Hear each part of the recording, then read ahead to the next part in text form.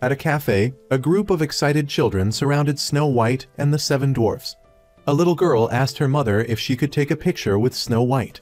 But as she got closer, she wrinkled her nose and said, "Mommy, this Snow White smells just like Daddy at home." The mother sniffed the air and detected the distinct odor of alcohol.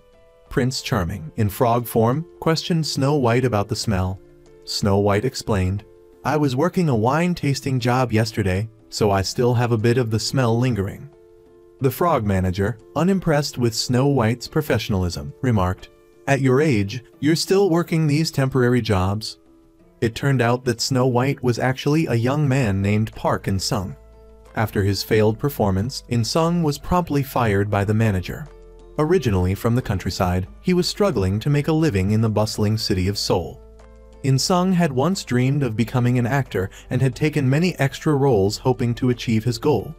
But his efforts had yielded nothing. Heeding his parents' advice, In-sung abandoned his dream, went to university, and was now trying to secure a job in competitive Seoul. That day, he was at Silver Lining, Korea's leading tech company, for a job interview. When his mother called from back home, he stepped outside to answer, projecting confidence to reassure her. Turning back, he bumped into a woman, spilling her coffee all over his crisp white shirt. In-sung started to yell, but was struck by the woman's appearance. "Look," he said, "I have an interview in 30 minutes. What are you going to do about this?" The woman directed him to the men's restroom and placed an out-of-order sign on the door. She instructed him to take off his shirt and gave him hers to wear. Unfazed, she put on his stained shirt and walked out. During the interview, In-sung emphasized his hard-working rural upbringing. He even presented an apple grown by his father, took a bite, and said, "America has apple, Korea has Silver Lining. I really want to work for a great company like Silver Lining." The interviewer, however, seemed to look down on In-sung's borrowed shirt and dismissed his education and skills as unremarkable, noting his lack of work experience. In-sung retorted, "I need a job to get experience." As the interviewer continued to harp on his lack of experience, In-sung argued back. Finally, he stood up and sarcastically offered the interviewer a button from his shirt and a figurative piece of his throat. The interview seemed to be a lost cause.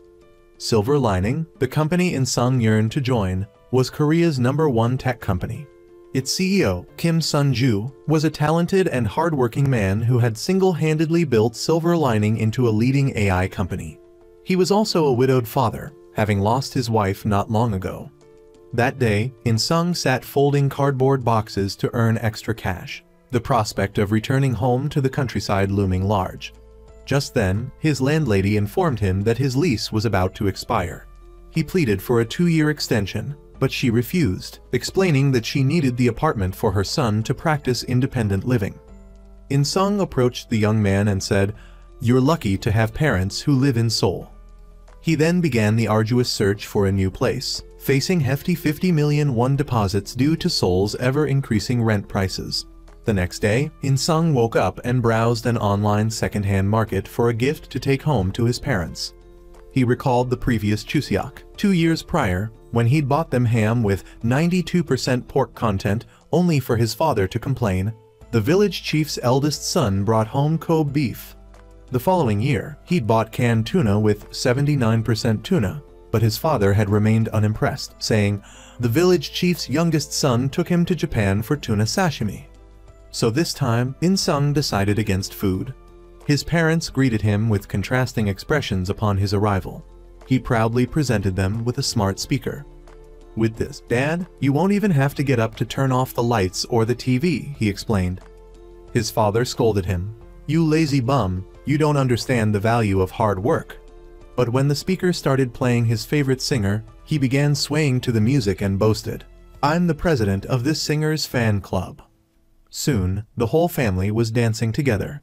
Despite the underlying tension, it was a happy family scene in the peaceful countryside.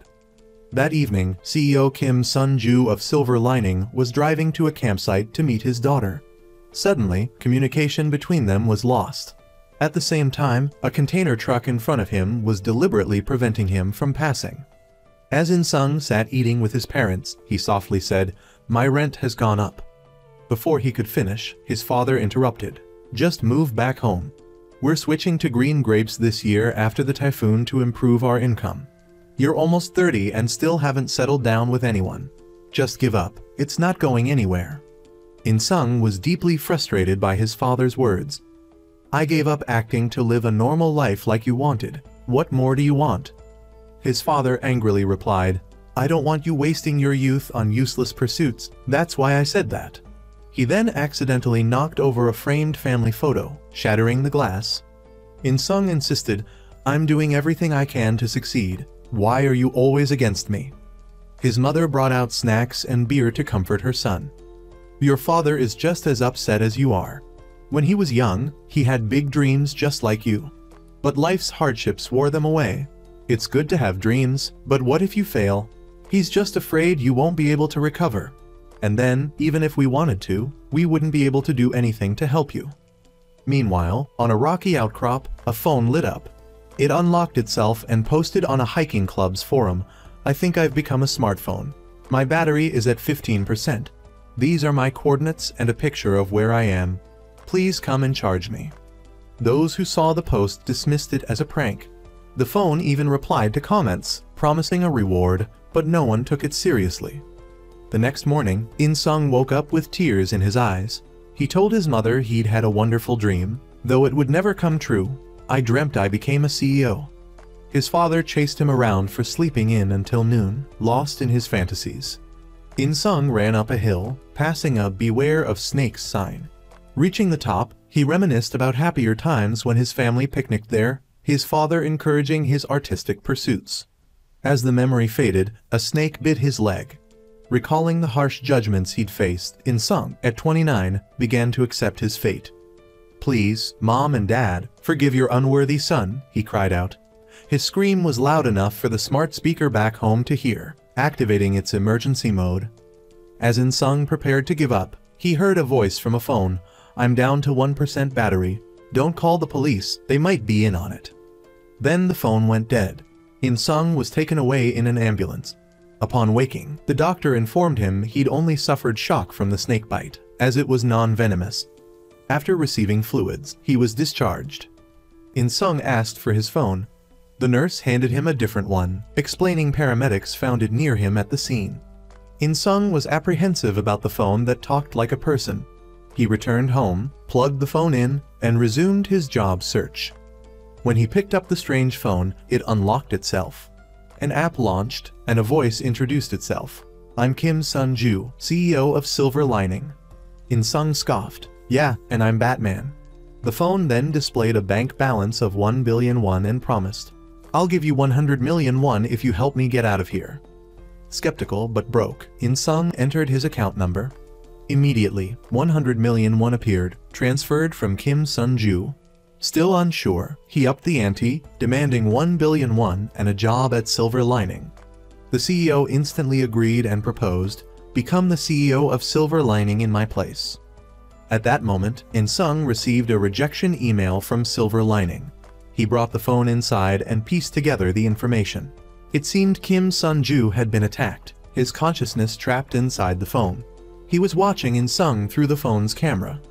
In-sung searched online but found no news of an attack on Silver Lining CEO. Suspecting a scam, he decided to test the 100 million won by making an online purchase, which went through.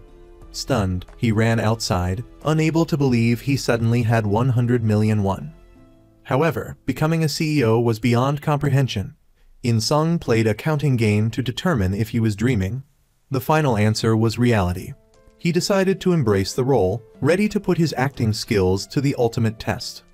Kim Sun-ju instructed, place your fingerprint on the contract. I'll email you the signed copy. Hesitant, In-sung asked, if you're really the CEO of Silver Lining, why me?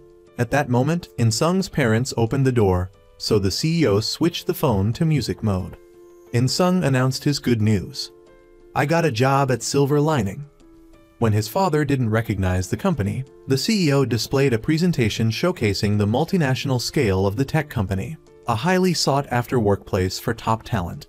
His mother was overjoyed that her unemployed son had landed a job at such a prestigious company. Meanwhile, a man climbed the hill searching for the phone and reported back to a mysterious figure that he couldn't find it. This mysterious figure was at the Bumyeong Corporation. The next morning, In-sung's parents saw him off as he returned to Seoul for work. His father grumbled about In-sung always being glued to his phone, unaware that his son was transferring 50 million won to him. In-sung explained, "That's the deposit for my apartment. My company provides housing for its employees. Big companies often do that."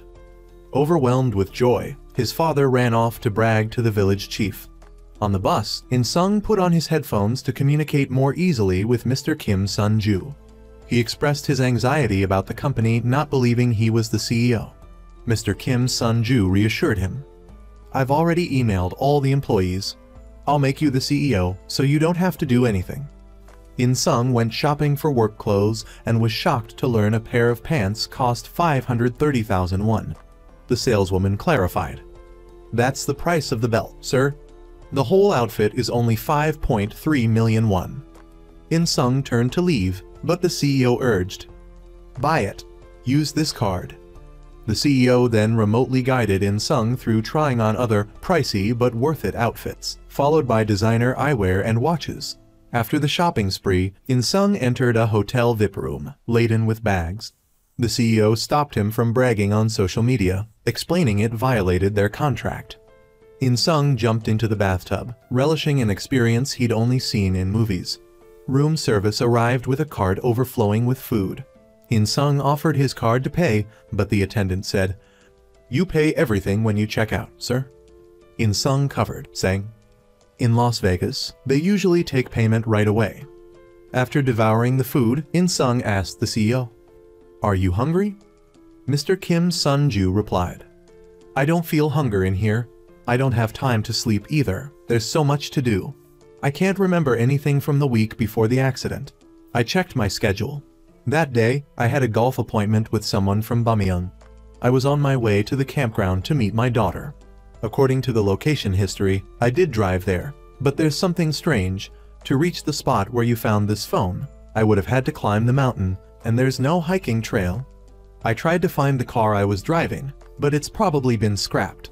I need to know if I went to the golf course that day. Why would I get out of my car in the middle of nowhere to climb a mountain? I need to know what happened so I can return to being CEO and a father." After hearing his story, In-sung gently stroked the phone, comforting Mr. Kim Sun-ju. He placed the phone on the pillow so the CEO could rest. When the CEO asked, "Are you sure you want to sleep with a man?" In-sung quickly moved the phone to the nightstand. Mr. Kim Sun-ju also told him not to turn off the phone, as he didn't know where he'd be when it turned back on. The next day, as they stepped out of the elevator, the CEO instructed In-sung to remove the phone case. "If they see you with my phone, they'll get suspicious." In the car, the CEO briefed In-sung on the key players to watch out for. First, there's Oh My-ran, the coup of Bumyeong Corporation. Her father, Oh Bum-jun, founded the company.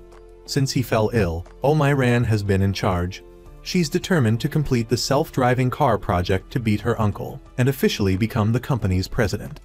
She's eager to collaborate with Silver Lining because we can create the brains of the self-driving car. Naturally, her uncle, Vice President Oh Young-jun, doesn't want the project to succeed, as he also wants the presidency. He planted director Sam Soo from their company here to keep tabs on me. That director is a classic brown-noser who loves to bully his subordinates. In-sung exited the car to find all the employees bowing, which intimidated him slightly. He recalled all the roles he'd played. "I've played kings, what's a CEO?" He strode forward and told the director who had previously rejected him, "Don't bother with this formality next time." Director Sam Soo then dismissed the employees. In-sung learned the name of the secretary who had spilled coffee on him was Young Seon. In the elevator, he struggled to maintain his composure. Secretary Young recognized him as the rejected applicant. As she led him to his office, the young CEO couldn't contain his excitement. However, when speaking with director Sam Soo, he resumed the stern demeanor of a CEO. The director flattered him, saying, "I knew from the moment I met you that you were extraordinary. Please forgive any past disrespect." He probed In-sung about his relationship with Mr. Kim Sun-ju. In-sung gave vague answers to deflect the questions. Suddenly, the director asked, "Are you keeping the secretary?" In-sung went to the restroom to check for anyone present and asked Mr. Kim Sun-ju if he should replace her. The CEO explained that Secretary Young was inscrutable, never revealing her emotions. She knows my entire schedule, so she was likely present at that final golf game. She could be our greatest ally, or our most dangerous enemy. At that moment, Secretary Young was searching In-sung's backpack. Preoccupied with his conversation with the CEO, In-sung tripped over a cleaning cart and fell. An employee started berating the cleaning lady for leaving the cart in the wrong place. The CEO told In-sung to leave, but he overheard the employee tell the cleaning lady, "This is why you're still a cleaning lady at your age." Remembering similar words from his former manager, In-sung turned back and asked the employee, "Do you want to be transferred? This is why you're still bullying people weaker than you at your age." The employee retorted, "Who the hell are you to talk to me like that?" Secretary Young presented her business card. "He's the new CEO," she announced, then escorted him away. In-sung apologized to the CEO. "I just wanted to show off, just once." He then plugged the phone into his computer so the CEO could check if anyone had recently tried to hack into the Barrow 4.0 software. "We developed software that can simulate someone's voice with just an hour of recorded speech. Silver Lining is also developing a customizable AI assistant capable of thinking, reasoning, and conversing intelligently with humans. That's Barrow 4.0. But you don't need to know more, I trust you." "Precisely because you don't know anything," the CEO continued. Vice President Oh barged into his niece Myran's office and questioned why Kim Sun-ju was on leave at such a crucial time. "That new CEO is still wet behind the ears. The board won't stand for it." Myran retorted, "I'm Bumyoung's largest shareholder, so I authorized it. We'll see who's more powerful." In-sung created a chart analyzing Bumyoung's subsidiaries. If Silver Lining's stock rises, the value of Vice President Oh's electronics company will plummet. They were born to be rivals. Secretary Young entered and presented In-sung with a list of new secretary candidates nominated by Director Sam Soo. The young CEO stormed off to confront him, despite the CEO's attempts to dissuade him. In-sung demanded of Director Sam Soo, "Why did you give Secretary Young a list of new secretaries? Do you want her to hand over a list of her replacements? As long as I'm CEO, no employee will be treated like that. Understand?" Suddenly, a man burst into the company, attacking the security guard. He stopped only when he saw Secretary Young. She threw him a wad of cash and demanded he sign a confirmation of his debt repayment. "You still owe me 50 million in interest," he snarled. "You can't escape me." In-sung persuaded Mr. Kim Sun-ju to let him keep Young Si-yeon as his secretary. "I have a feeling she's a good person." The CEO conceded. "The candidates Sam Soo provided have zero trustworthiness. With Young, it's 50-50. She's the better choice."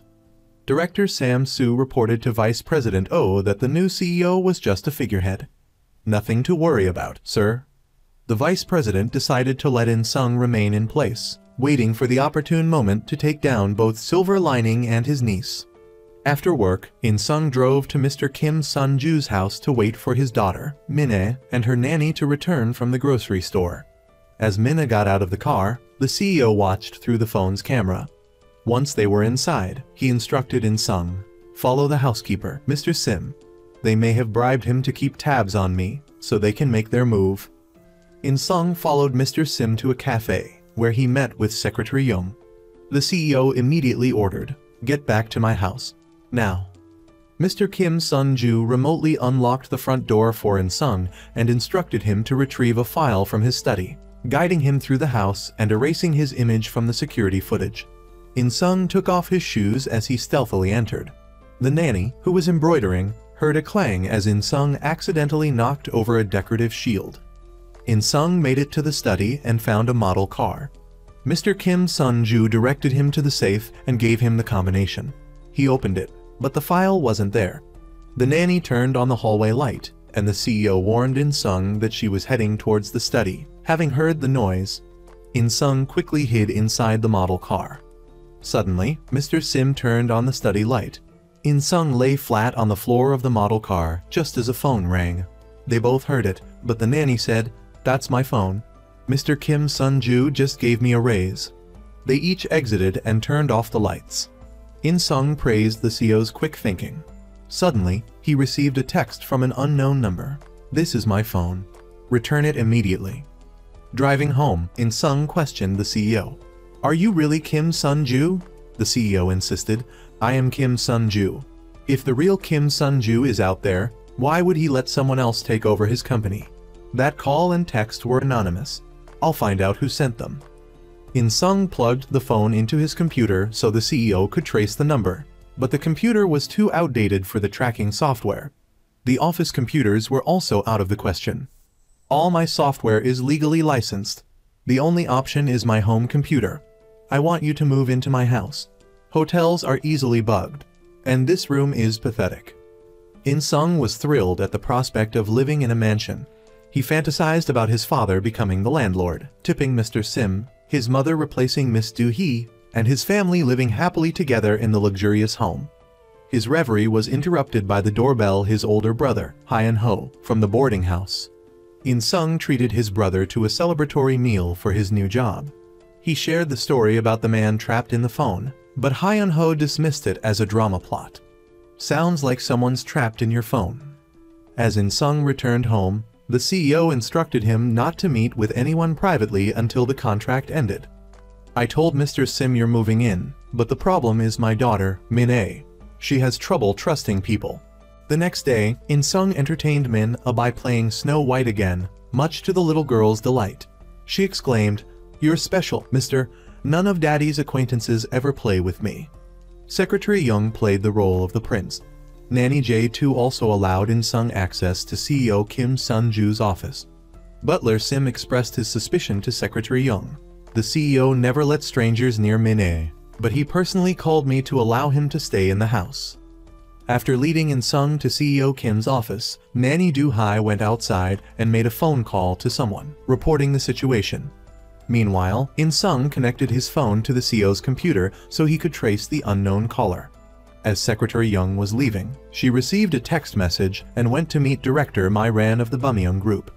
The director stated, "I'm curious why Kim Sun-ju chose Park In-sung as CEO. Keep an eye on him for me." Later, Young Si-yeon went to the hospital but couldn't find her comatose mother. A nurse informed her that her mother had been moved to a VIP room. Secretary Young realized that the director of the Bumyeong car company was behind this. CEO Kim woke In-sung, saying, "I have a way to trace the unknown caller." In-sung asked, "If we find this person, I get $1 billion, right?" He reflected on his life's bitterness, running into a high school classmate while working as a waiter, encountering his ex-girlfriend with her new boyfriend while working as a delivery driver, then working as a lighting assistant for her wedding photoshoot. But now, his luck was changing. With $1 billion, he could buy an apartment in Seoul. The CEO replied, $1 billion won't buy you a Seoul apartment these days. But if you still want it, listen to me. I couldn't trace the caller, but we can call back. We'll call during the board meeting at headquarters today. All the company's internal and external enemies will be there." The young CEO proposed that everyone hand over their phones and write their names on them before the board meeting. Secretary Young also wrote her name and placed her phone in the tray. While everyone was focused on the screen, In-sung spoke with CEO Kim. CEO Kim suggested In-sung call the unknown number, and indeed, a phone rang, but it had no name tag. Secretary Young was suspicious of In-sung's actions. Suddenly, Vice Chairman Oh entered. In-sung introduced himself, but only received a powerful handshake in return. The Vice Chairman then invited everyone for tea, causing everyone to retrieve their phones, preventing In-sung from seeing who owned the ringing phone. In-sung and CEO Kim were suspicious of the Vice Chairman's timely appearance, as if he had arrived to save the unknown caller.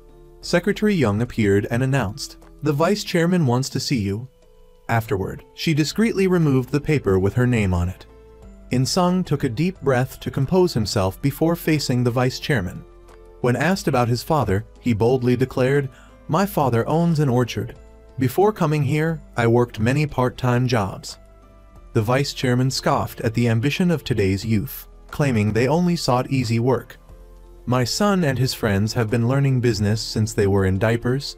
To sit where you are, they had to go abroad and study business on their own." In-sung retorted, "While I may lack early education or a privileged background, I understand the struggles of ordinary people and the technologies that can improve their daily lives. I will show you the future of technology." In-sung walked out, frustrated.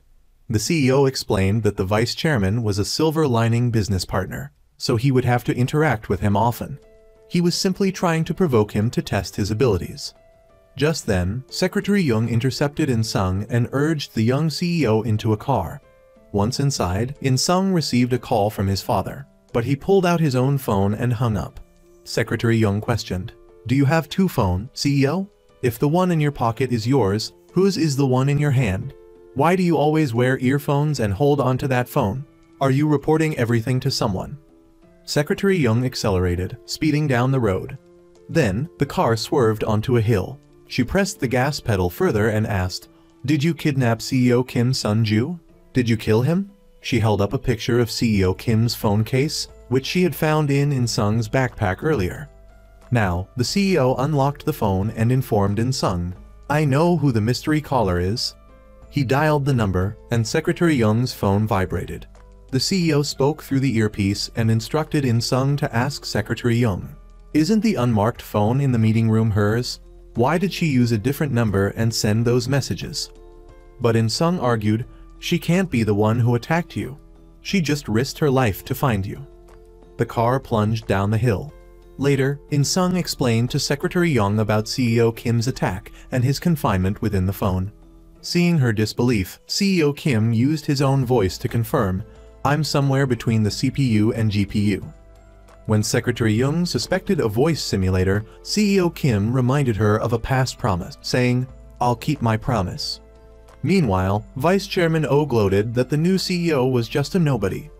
Kim Sun-ju has no eye for talent. The previous CEO also said that sooner or later, Silver Lining and Bumyung Motors would collapse. Then, our Bumyung Electronics will rule everything. Vice Chairman Oh promised to promote Director Sam Soo and ordered his subordinates, "Arrange a meeting to introduce In-sung to the Bumyung family." That evening, the man who had come to collect Secretary Young's debt went to the hospital but couldn't find her comatose mother. The next morning, In-sung was delighted to see Secretary Young arrive to pick him up. He offered her the earpiece so they could be on the same side, listening to the CEO together. He even gallantly put the earpiece on her and offered to drive. But Secretary Young wouldn't let him usurp her role. In the car, CEO Kim Sun-ju said to Secretary Young, "I don't remember anything before or after the accident." "Were you with me?" she replied. "No. After your golf game, I was planning to go to the campsite with you. But I received a message from the hospital about my mother's condition. When I got there, she was stable." In-sung checked her phone. Her location history and call logs matched her story.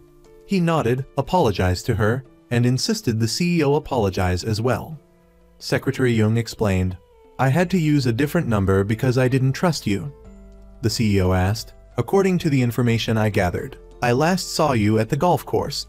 Did you notice anything unusual?" She replied, "You were golfing with Director Myran and Vice Chairman Oh.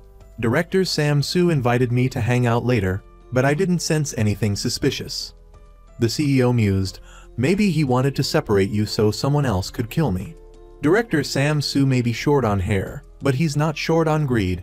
I need to know who he met and what he did after the golf game." At that moment, a woman, the nurse who returned the CEO's phone to In-sung, was secretly meeting with a mysterious person. She exchanged In-sung's medical records for a wad of cash. The stranger noticed CEO Kim Sun-ju's phone number on the records.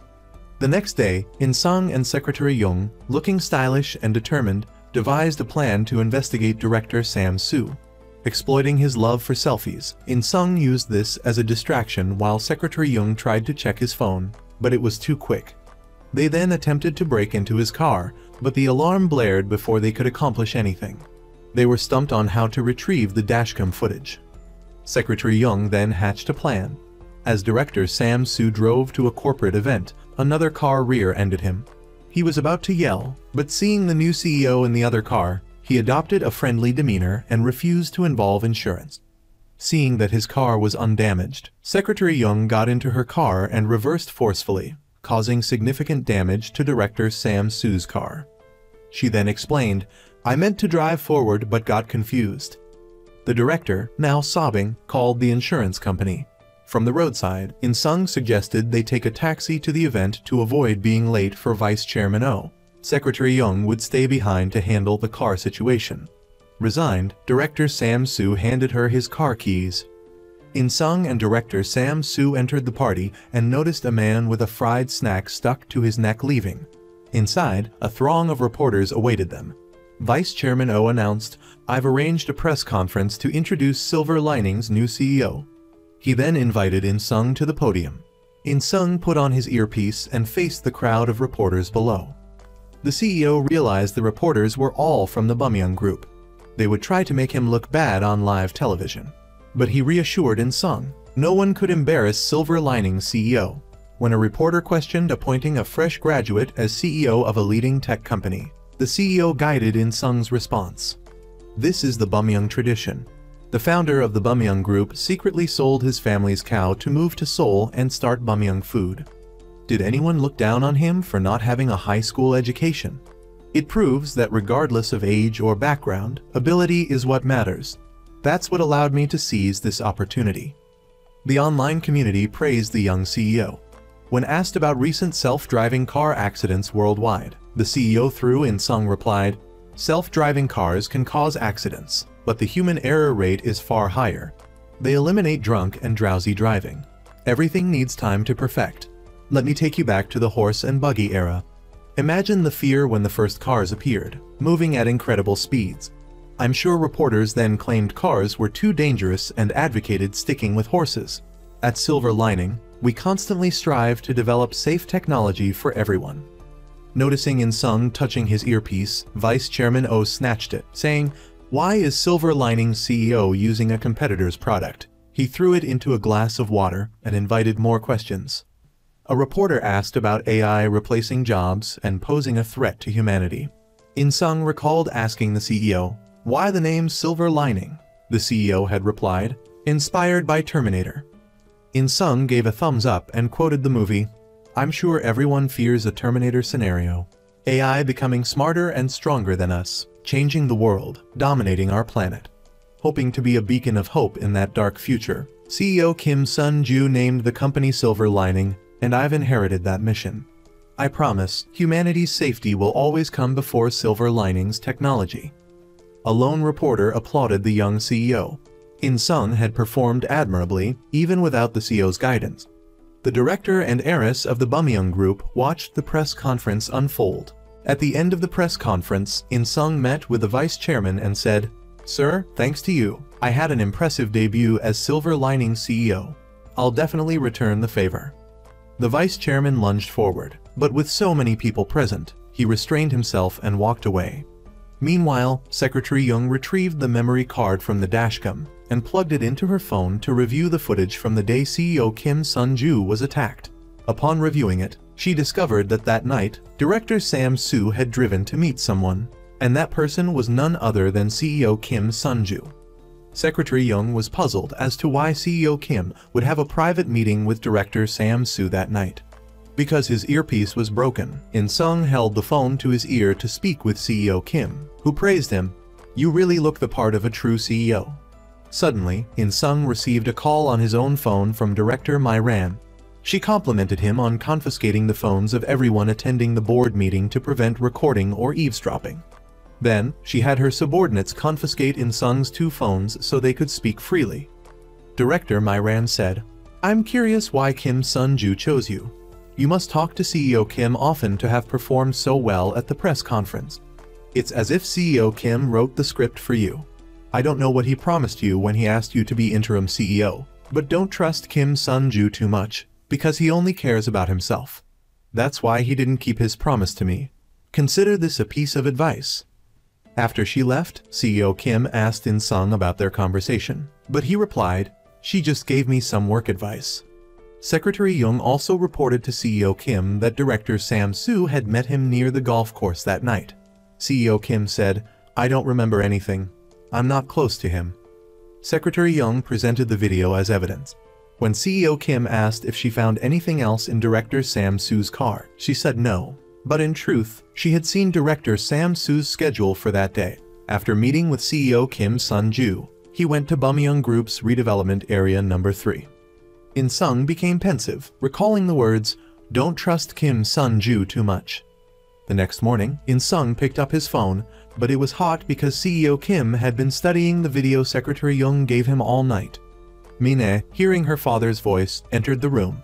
When In Sung said, "That's your uncle's voice," she sadly walked out. In Sung performed a magic trick to cheer her up.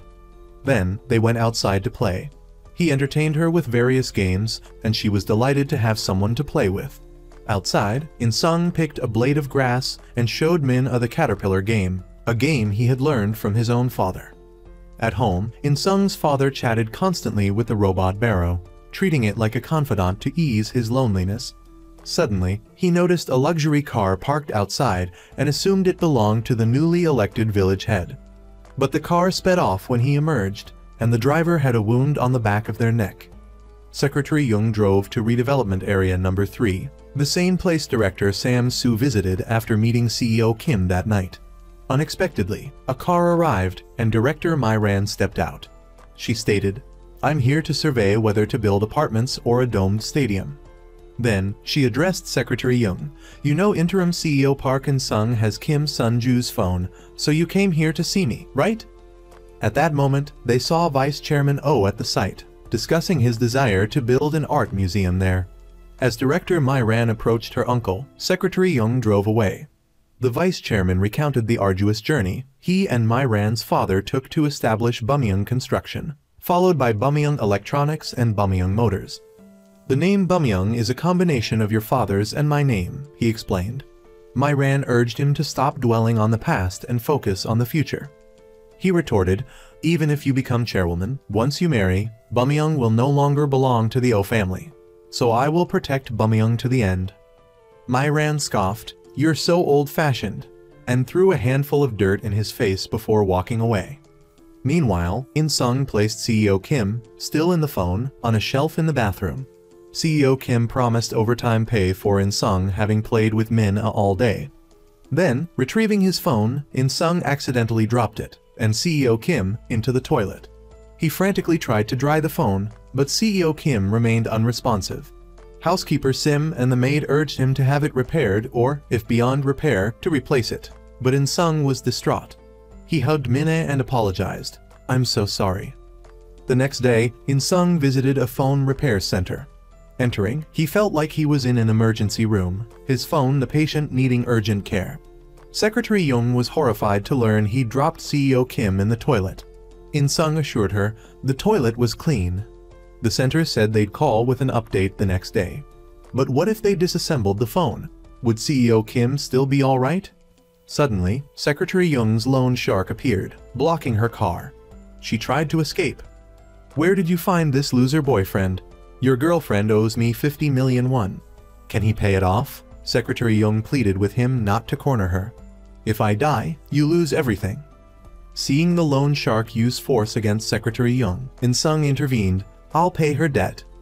The loan shark handed him a business card with a loan account number, slapped him, and gave him 2 days to pay before leaving.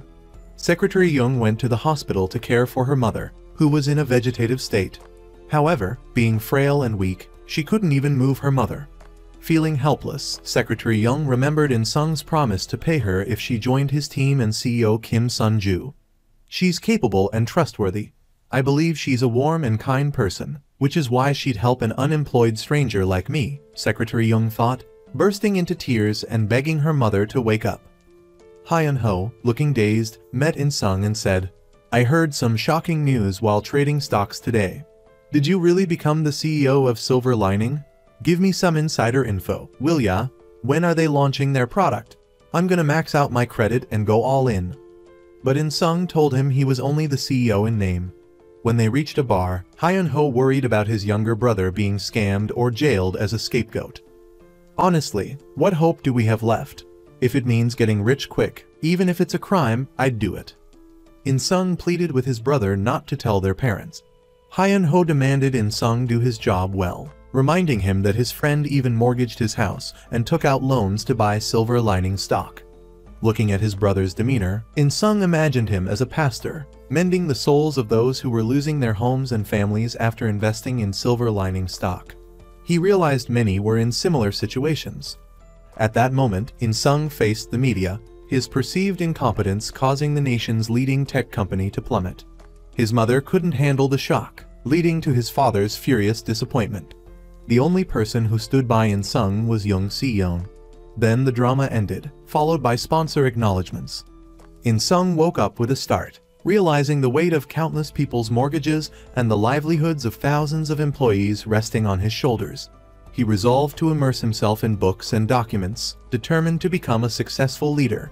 However, after only a short while, the young CEO collapsed onto his desk. Vice Chairman Oh received a report from his subordinate. I found a phone registered under Kim Sun-ju's name. Park In-sung took it for repairs. The vice chairman immediately ordered him to plant a trustworthy person. The next day, In-sung retrieved his repaired phone and anxiously awaited the outcome. However, CEO Kim Sun-ju remained silent. Passers-by were puzzled by someone seemingly drowning in a toilet. Suddenly, the Barrow app activated, and the CEO returned, causing In-sung to sing and dance in the streets. CEO Kim informed In-sung and Secretary Young, I found something odd in the dashcam footage from that night. When I stopped in front of Director Kwak's car, another car drove past.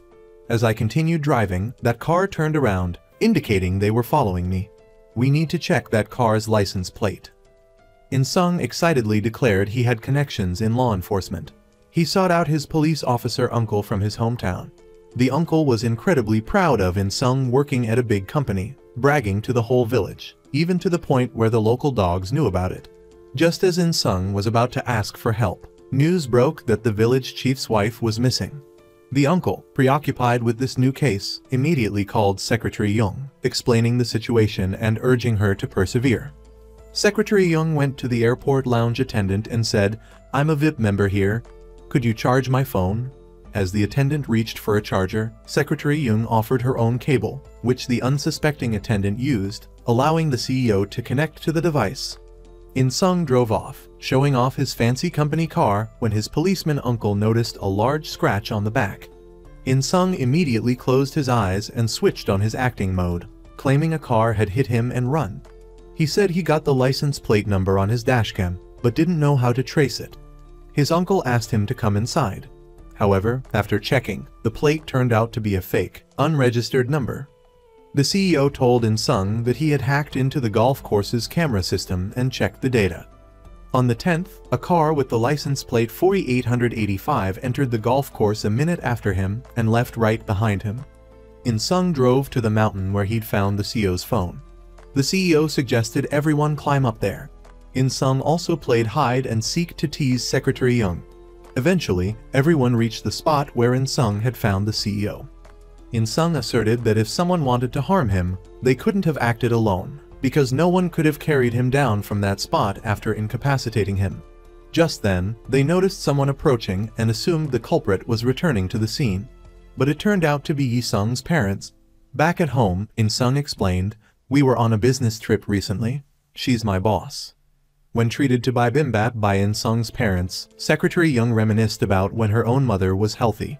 Her mother used leftover food to make bibimbap, and they would eat and chat happily together. Tears started to well up in Secretary Young's eyes.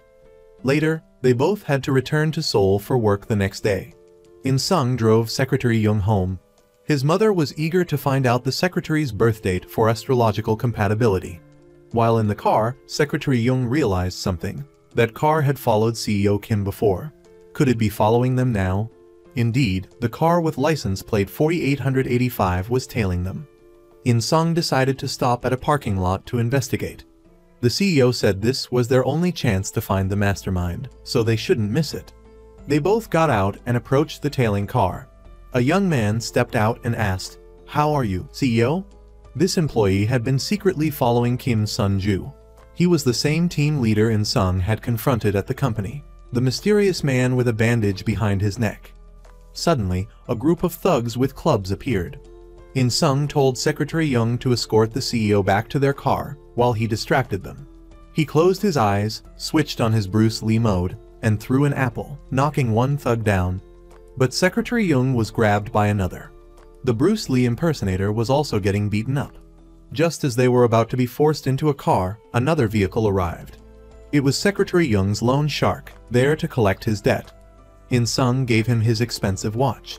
One thug damaged the loan shark's car with his club, provoking the loan shark to knock him out. The loan shark put on the watch and prepared to fight, taking down the thugs one by one. He ushered Secretary Young into the car. As the loan shark fought with team leader Nam, Secretary Young got out of the car, intending to run away with In-sung. But In-sung saw the loan shark was losing, so he intervened. Team leader Nam stabbed the loan shark. In-sung attacked team leader Nam. Then, Secretary Young drove the car into him, knocking him unconscious. In-sung then drove off with the loan shark and Secretary Young in the car. When In-sung thanked him, the loan shark asked for a wire transfer to cover his fees and the damage to his car. It turned out he had secretly placed a tracking device on the CEO's car during their previous encounter. Now, team leader Nam was in the trunk. The loan shark suggested a suitable place to make team leader Nam reveal the mastermind. Later, the loan shark received a 50 million won transfer from In-sung. He began interrogating team leader Nam, demanding to know who sent him. Suddenly, Nam uttered the name Kim Sun-ju. In-sung stepped forward to confirm, removing Nam's headphones. Nam revealed that Kim Sun-ju, being highly suspicious, had ordered him to follow In-sung.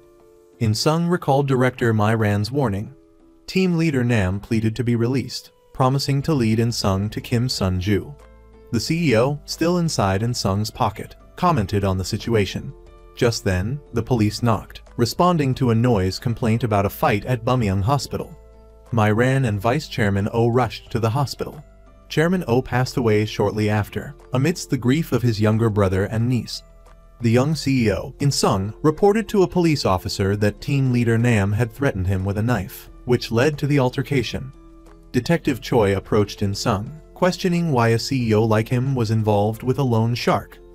News reports announced the death of Bumyeong Group's chairman at age 75 from a heart attack, following a 15-month illness. The CEO instructed Secretary Young to return to the company and find team leader Nam's file. In-sung planned to attend the chairman's wake but worried about losing track of Nam, believing those behind him would influence the police to release him. Recognizing they were both known, he decided an ambush was pointless. In-sung declared he knew someone who could help. In-sung called his friend Hyun-ho to the police station. He explained that he needed to attend the wake, and there was a company spy being investigated inside. He asked Hyun-ho to keep an eye on the situation, as the suspect could be released at any time, emphasizing that as a shareholder, this was Hyun-ho's way of protecting his investment. He warned Hyun-ho to be careful, as the suspect was dangerous. In-sung then left for Chairman Oh's wake, while Secretary Young researched team leader Nam's file. Vice Chairman Oh spotted My Ran taking the elevator and made a phone call. In-sung received a call and went to the rooftop to meet director My Ran, who questioned him about the Barrow 4.0 software. When In-sung explained it was just a prototype, she expressed displeasure at him keeping the project secret from her. The vice chairman arrived on the rooftop, suspecting they were colluding against him while the chairman had just passed away. In-sung attempted to mention their conversation, but My Ran changed the subject, and he left. Vice Chairman Oh remarked that his brother died without officially naming a successor, then brought up My Ran's deceased brother. He noted that both men should have led Bumyeong but died prematurely. He announced he would call a shareholders meeting to choose a successor. My Ran asserted she was the largest shareholder, but the vice chairman reminded her that was only true when her father was alive. Things had changed. Meanwhile, team leader Nam was causing a commotion in the interrogation room, claiming to be the victim of an assault. Suddenly, someone opened the door, and his face lit up. In-sung loudly demanded to know what Barrow 4.0 was and why director My Ran was so interested in it. The CEO cryptically replied that it was better for him not to know. Frustrated, In-sung went to his car and called home to check on his parents. He expressed his uncertainty about his chosen path. His mother reassured him that life offered many paths, and wondering about the ones not taken was natural. Rather than regretting, it was better to continue down the chosen path. After the call, In-sung felt better. When the young man got into the car, the CEO sulked, annoyed that In-sung wasn't committed. If you don't want to do it, then don't. There are plenty of people out there who would love to take my billion won. Look, In-sung replied, I also said I really want to trust you, so I'll continue. Just then, In-sung received a call from his brother informing him that team leader Nam had been released. Hyun-ho followed team leader Nam into the subway station. Seeing him board a train, Hyun-ho got on through a different door. By the time In-sung arrived at the station, the train had already left. Suddenly, the CEO announced, "I'm picking up team leader Nam's phone signal. He's still in the station." In-sung spotted team leader Nam and chased after him. Nam knocked In-sung to the ground and continued running. He then bumped into a woman pushing a stroller. In-sung almost caught him, but the stroller started rolling down the stairs. He lunged to stop it, letting team leader Nam escape. The CEO yelled at In-sung for being a busybody and letting team leader Nam get away. "You're really difficult to work with," In-sung retorted. "It's because I'm a busybody that I'm helping you. If that happened again, I'd still be a busybody. So, you should reconsider whether you want to continue working with me." The CEO then revealed, "Barrow 4.0 is essential for completing the self-driving car. I've never regretted my decision, so I'll continue to trust you." The next day, In-sung asked the CEO for permission to hire a bodyguard, someone who wouldn't shy away from any tactics. Unsure of who to hire, he saw his loan shark roughing up the security guard outside. The loan shark was there to settle the score for being abandoned by In-sung and spending days in jail. In-sung invited the loan shark into his office and expressed his desire to Secretary Jung to hire him as his bodyguard. "He's a good fighter and isn't afraid to do illegal things, like planting tracking devices," In-sung explained. While Secretary Jung vehemently opposed the idea, the CEO agreed. "At least he's already fought team leader Nam, so he won't side with the enemy." In-sung presented the bodyguard contract and told the loan shark, "You know we have nothing but money, right? You said money is your breath and lifeblood." The loan shark looked at the salary and demanded 4 times the amount. The young CEO haggled, but, seeing the loan shark's resolve, reluctantly agreed. In-sung and Secretary Jung visited the address team leader Nam had listed with the company. They heard a TV inside, but no one answered the door. The new bodyguard showed off his skills, scaling the wall like a cat before smashing a window and demanding the resident open up. Inside, however, was a different couple.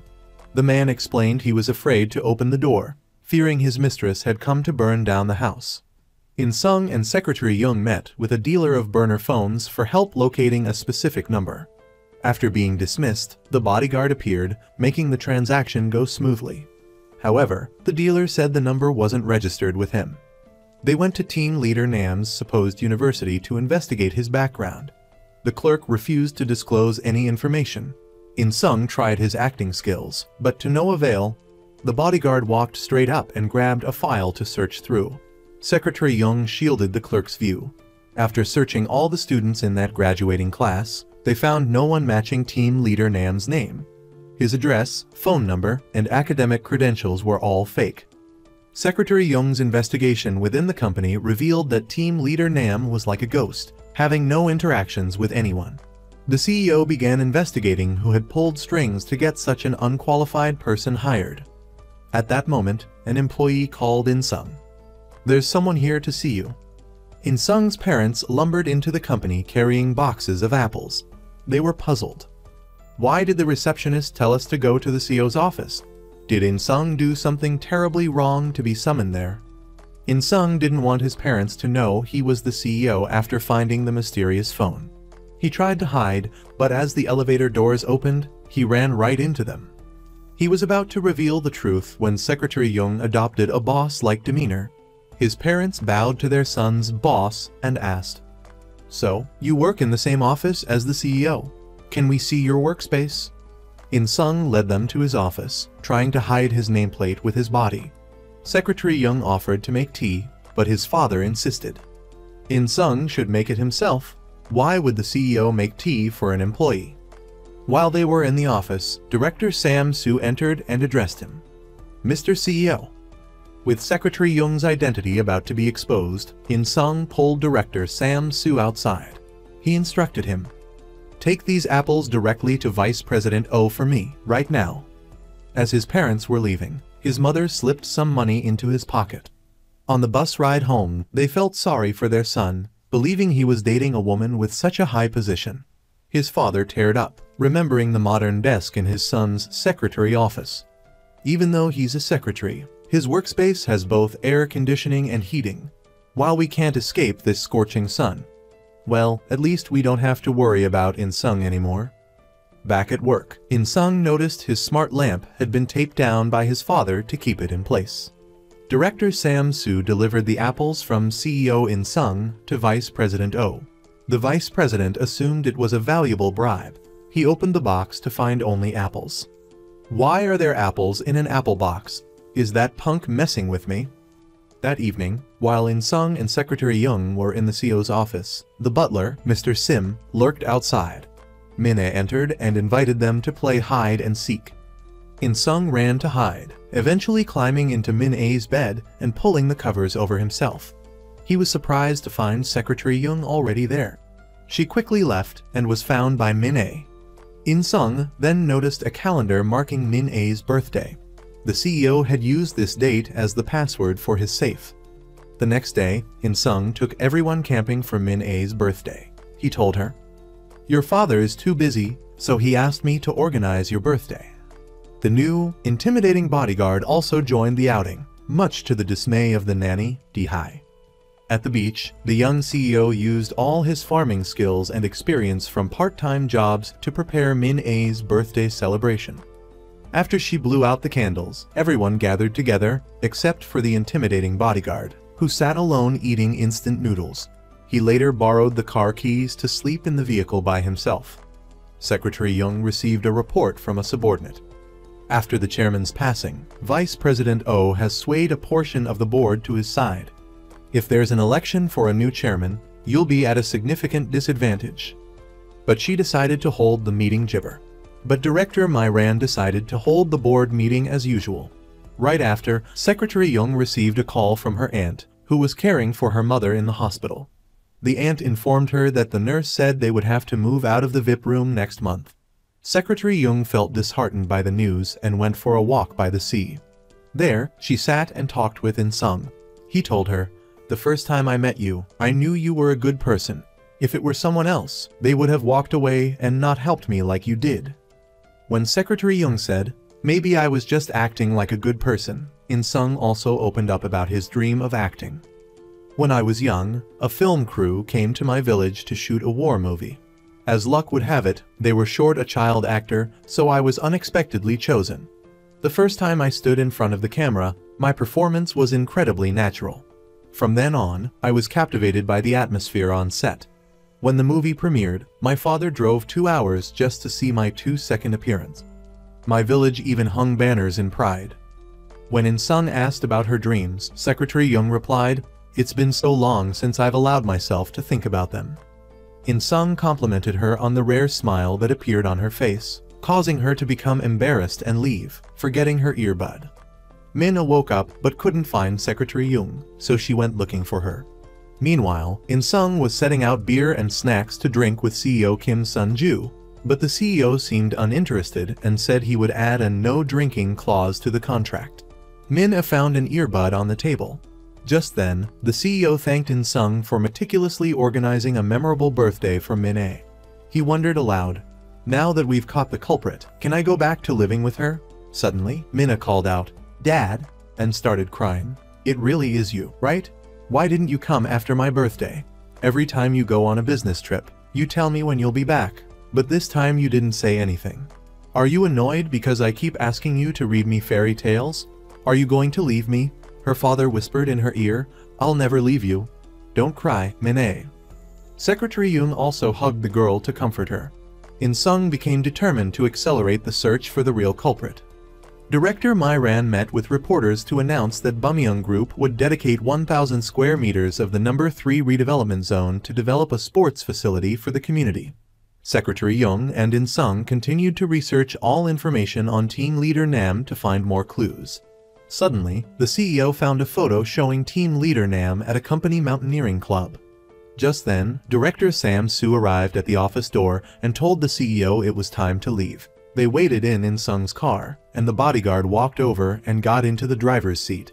As he stepped on the gas, the 2 passengers in the back were jolted. The bodyguard didn't hesitate to show his aggressive driving towards other drivers who got in his way. Secretary Young met with the president of the mountaineering club to ask about team leader Nam. He said that team leader Nam occasionally participated in club activities but never spoke to anyone. In Sung attended the groundbreaking ceremony for Bumyeong Group's park and sat next to the vice president. Director Myran stepped up to give a speech and introduced the project to build Korea's largest domed stadium. This is also a legacy my father left me. I would like to announce another of the late chairman's wishes. The director immediately invited In Sung to step up and stand beside her. The self-driving car, a collaboration between Bumyeong Motors and Silver Lining, would be launched on National Day. The director then took the young CEO's hand, a gesture of triumph. Director Kwak also realized that Director Myran was accelerating the self-driving car launch to gain an advantage at the year-end board meeting. However, the vice chairman thought that without Kim Sun-ju, the Barrow 4.0 software, the brain of the self-driving car, wouldn't be possible. Myran then shook hands with the company's leaders and told her uncle, at the upcoming shareholders meeting, that chairman's seat will surely be mine. Secretary Young researched team leader Nam's schedule at the climbing club, unsure why he was even a member. The CEO looked at the schedule and noted that those were the weeks with Barrow 4.0 test results. Maybe they're just pretending to climb to meet each other, he suggested. Secretary Young continued her research and realized that Director Sam Soo was also present at the club on the same days as team leader Nam. In Sung immediately received this information from Secretary Young and invited Director Sam Soo to have cold noodles together. At the restaurant, In Sung asked directly, "Do you know where team leader Nam is? He's been on unauthorized leave for a few days. It seems like you two are always at the climbing club on the same days." The sparsely haired director replied, "The company has so many people. How could I know about one sales team leader? My family is all abroad, so I occasionally go climbing to alleviate my loneliness. I don't even remember which days I went to the club. If you don't have any evidence, please don't suspect me like this." Meanwhile, team leader Nam was recuperating in a hospital, displaying a haughty attitude about the simple meals provided. However, under the watchful eye of a suspicious nurse, he eventually ate the food. Director Sam Soo called his wife and daughter in America, confidently telling his daughter to spend freely because he was on Bu Dong's board. In Sung felt it would be difficult to get Director Sam Soo to confess. The bodyguard suggested, "Let's just hang him up and interrogate him to find out who's behind this." But Secretary Young called that a reckless idea, warning, "Be careful, or you'll end up in jail." Feeling the tension, In Sung invited everyone out for a meal to build camaraderie. However, at the restaurant, Secretary Young and the bodyguard continued their bickering, leading Secretary Young to leave. When In Sung followed her, she said, "I'm not as forgiving and forgetful as you." Then, the man who was once Secretary Young's creditor also left. In Sung returned inside and expressed to the CEO the difficulties he faced in dealing with his staff. A large spread of food arrived, and the young CEO called his friend, Han Ho, to help consume the excess food before it went to waste.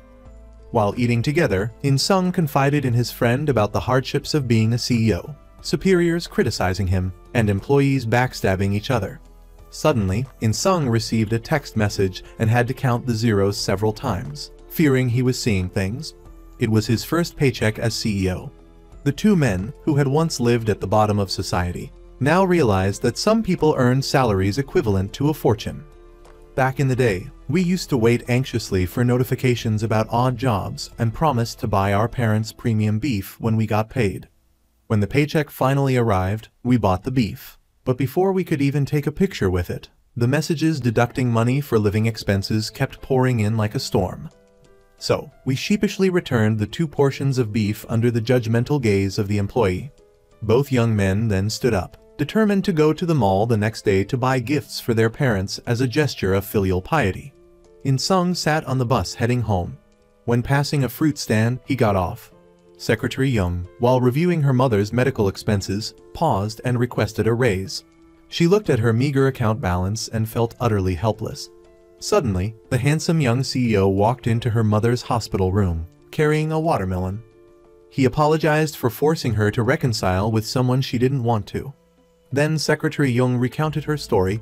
I once wanted to be a hotel manager and even landed a job at a hotel. But that's when I received the news that my mother had suffered a severe stroke, leaving her unconscious and in a vegetative state.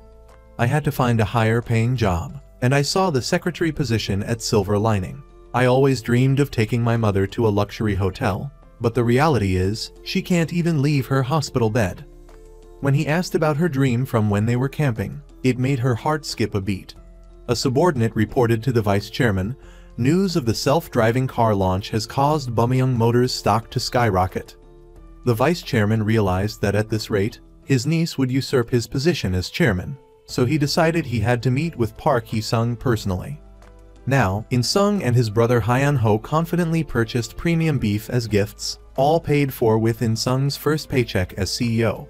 In-sung then looked at a woman's blouse and had a clever idea.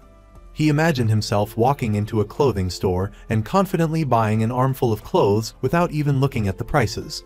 He then pictured himself approaching Secretary Young and asking for a price to buy her love. But it was just a fantasy sparked by the blouse. Meanwhile, the bodyguard was following, ensuring the young CEO's safety. He tried on a watch, but instead of wearing it on his wrist, he put it on his hand. That evening, back at the CEO's home, In-sung asked the bodyguard his real name, but he refused to reveal it. The butler, Sim, said his name was Ma Fai. He was once a promising young boxer on the national team, but now he's a lone shark with 3 prior convictions. Ma Fai warned Sim, "Don't speak carelessly, or I'll have 4 convictions." When Minna saw Ma Fai blowing a bubble with his gum, she ran towards him, but the bodyguard snatched her snack. Minna told her nanny, "I'm not afraid of him. There's a kid in my class who always takes my snacks, but the teacher says he likes me, that's why he does it." The next day, In-sung bought Secretary Young an outfit to celebrate his first paycheck as CEO.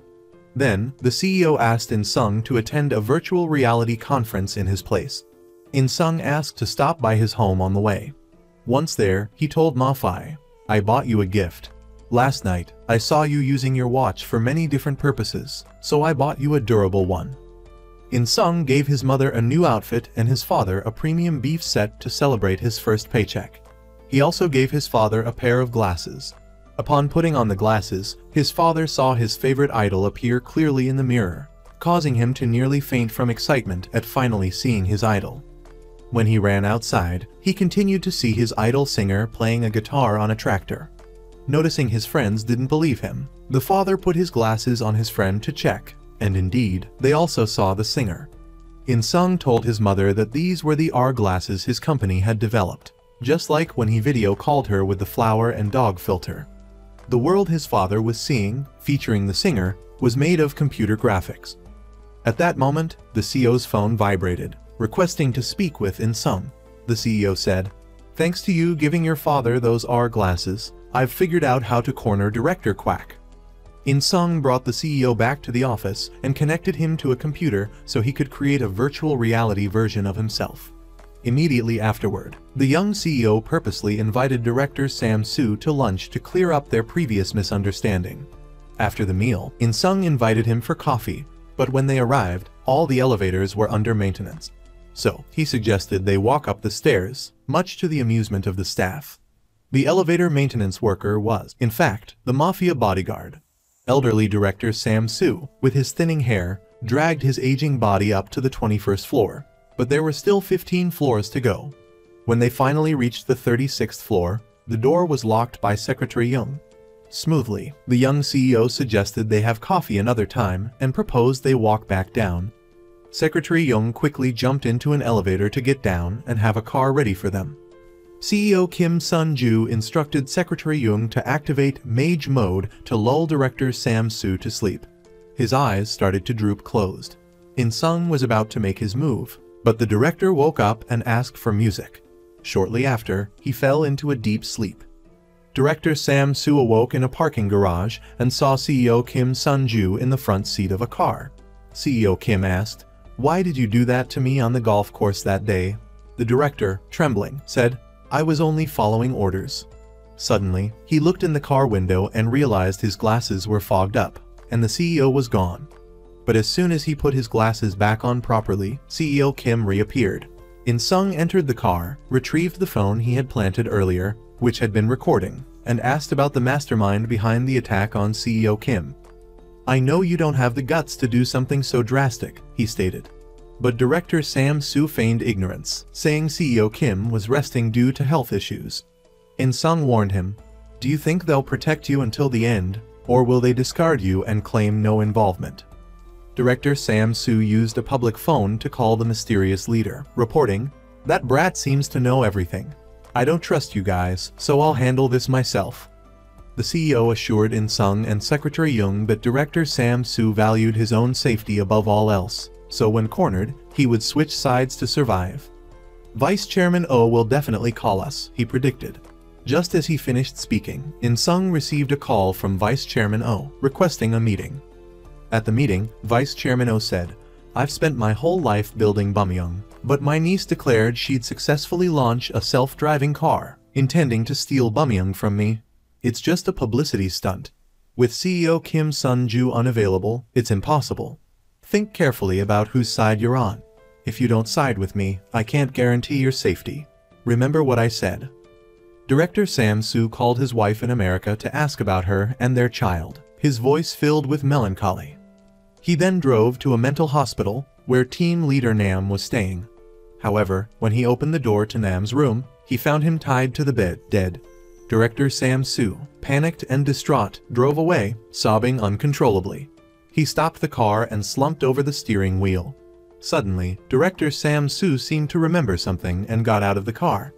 At this point, someone was following him. Director Sam-soo used a public phone to call someone. In-sung recounted to the CEO the threats made by the vice president. Unexpectedly, he received a call from Director Sam-soo suggesting a meeting. "I'll tell you the truth about that night. You should come alone," Sam-soo said. As Director Sam-soo drove, a truck sped past and deliberately blocked his car. He tried to call the police, but his phone had no signal. In-sung arrived at the meeting point to find smoke billowing from Director Sam-soo's car. The director was slumped inside. Several police cars arrived. Detective Choi checked and found no pulse. In-sung was handcuffed and taken away. Secretary Young tried to intervene but was stopped by the bodyguard. "If they see me here, it will cause more trouble," he said. The CEO also suggested Secretary Young return to the office, as In-sung needed help from the outside. At the police station, In-sung insisted that Director Sam-soo hadn't died by suicide. Someone had killed him and staged it. Detective Choi said, "We suspect you orchestrated it. Why did Director Sam-soo die so suddenly while the sales team leader's whereabouts are unknown? CEO Kim Sun-ju also disappeared, and then you suddenly appear as the new CEO. Isn't that suspicious?" A lawyer then entered, visibly irritating Detective Choi. In-sung was released on bail and handed over to the vice president, who was waiting in a car. The vice president promised everything would be taken care of, as he had ordered Bumyoung's legal team to intervene. He warned In-sung, "If you don't side with me, I can't guarantee your safety. Tell whoever put you in this position to stop, and I'll stop too." In-sung, in a daze from witnessing a death firsthand, returned to the company. The CEO said Director Kwak was found dead after his meeting with In-sung. "They probably moved the body to the meeting place to frame you," he suggested. In-sung worried he would be the next victim after Director Sam-soo, or perhaps his family. The CEO increased the reward to 2 billion won if In-sung continued as CEO, but In-sung decided to leave. He then saw a picture of Director Sam-soo's happy family being taken down. The bodyguard noticed In-sung leaving his position. That evening, Secretary Young visited her mother in the hospital and found Director My-ran already there. My-ran hinted that she wanted Secretary Young to provide confidential information from Silverling. She left a USB drive, saying Young's mother could continue staying at the hospital, and then left. In-sung decided to quit his job and return to his hometown to pick apples. His parents constantly questioned him about his decision. When his father accused him of being spineless and giving up at the first sign of trouble, In-sung snapped back and stormed off. At the company, Director Kim demanded to see CEO In-sung to discuss business. Secretary Young explained that he was taking a few days off to cope with Director Sam-soo's sudden death. Realizing In-sung was unlikely to return as CEO, and with the Barrow 4.0 launch approaching, the CEO instructed Secretary Young to start recruiting for a new CEO. Secretary Young accessed CEO Kim's computer and hesitated as she looked at the Barrow 4.0 software. That evening, In-sung's mother hadn't yet served him the promised tenderized beef. After the two had consumed a considerable amount of beer, she gently probed her son's innermost thoughts. In-sung recounted a fantastical story about finding a phone on a mountain, a phone containing the soul of a CEO. This CEO was now instructing In-sung to take over his company. His mother burst into laughter upon hearing this. Meanwhile, at CEO Kim Sun-ju's house, the nanny was leaving with her bag and making a phone call to someone, a move that didn't escape the notice of the butler, Mr. Sim. The next morning, In-sung awoke and remembered confiding his secret to his mother. He rushed to see her and tried to explain away the story he'd told. However, his mother claimed to have drunk too much and remembered nothing. In-sung felt relieved, but his parents privately concluded that their son was delusional from overwork, inventing stories about people trapped in phones. His mother sought out a shaman to help her son. The shaman declared that In-sung was being haunted. The more successful a person is, the shaman explained, the more misfortune they attract. In-sung's father, now seemingly more understanding, gently asked his son if his decision to quit his job was related to a similar experience he'd had as a stage actor. He recalled secretly attending one of In-sung's plays and overhearing an argument between his son and the theater manager. In-sung had claimed to have seen director Han making unwanted advances towards a fellow actress at the wrap party. The manager had urged him to ignore it and continue acting, citing director Han's connections throughout the film and television industry. He'd told In-sung to stay silent and keep working. In-sung had refused, unwilling to condone such behavior, and walked away. His father knew that In-sung had attended numerous auditions afterward, only to be rejected, likely due to fear of offending director Han. Now, the father also said to him, "If you keep living honestly like this, you'll only be hurting yourself. But you did the right thing, and I'm proud to have you as my son. Even though we live in poverty, I've raised you to be a good person. I apologize for not being able to help you every time you stumble." At home, Mina was extremely dejected because In-sung wasn't coming to play with her. The bodyguard returned the car keys to Secretary Young, thinking that without In-sung, he would also be fired. But Secretary Young asked him to come to work tomorrow morning. Mina ran in and asked Secretary Young, "Did In-sung abandon me too, like my dad?" Then she went to her tent and sat sadly by herself. The bodyguard saw her and felt a pang of sympathy. In-sung went to take out the trash and was happy that his dad had said he was proud of him. He saw a plastic beetle and thought of Min-ae, remembering that tomorrow was her school's family sports day. The next morning, Min-ae was determined to stay in her room and not go to school. Suddenly, In-sung appeared in front of her, and she agreed to participate in the family sports day. In-sung explained, "Your dad asked me to come in his place." Then, In-sung and Secretary Young played the role of parents and participated in the competitions with Min-ae, bringing her a lot of joy. In-sung also informed the CEO that he would return to his position as CEO. "If I run away," he said, "those bad people will continue to live well, while I'll live in torment for the rest of my life." The CEO immediately presented a new contract with a fee of 2 billion won, but In-sung said, "I'm not coming back for this. Initially, I started this for the money, but now I have more reasons to continue." Mr. Kim Sun-ju thanked In-sung for returning and working with him again. In-sung then put the medals Min-ae's family had won on the CEO. In-sung went outside and asked Secretary Young why he had accepted the danger and stayed to work. Secretary Young then recounted the promise Mr. Kim Sun-ju had made to him. "I was watching a girl testing the company's virtual reality glasses. She was able to hug her deceased mother and even talk to her. Witnessing that scene made a wish rise in me. CEO Kim Sun-ju offered to take pictures and videos with my mother's voice so he could recreate her in VR. Even if it's just a simulation, I really want to hear my mother's final goodbye, even though she's still right in front of me." Vice President Oh received a report from his subordinates that Park In-sung had returned to the position of CEO. He immediately began devising a plan to remove In-sung. Meanwhile, In-sung's three allies were also investigating the person responsible for what happened to director Sam Soo. In-sung explained, That day, after Director Sam Soo called to arrange a meeting, he called back, but I didn't hear anything he said.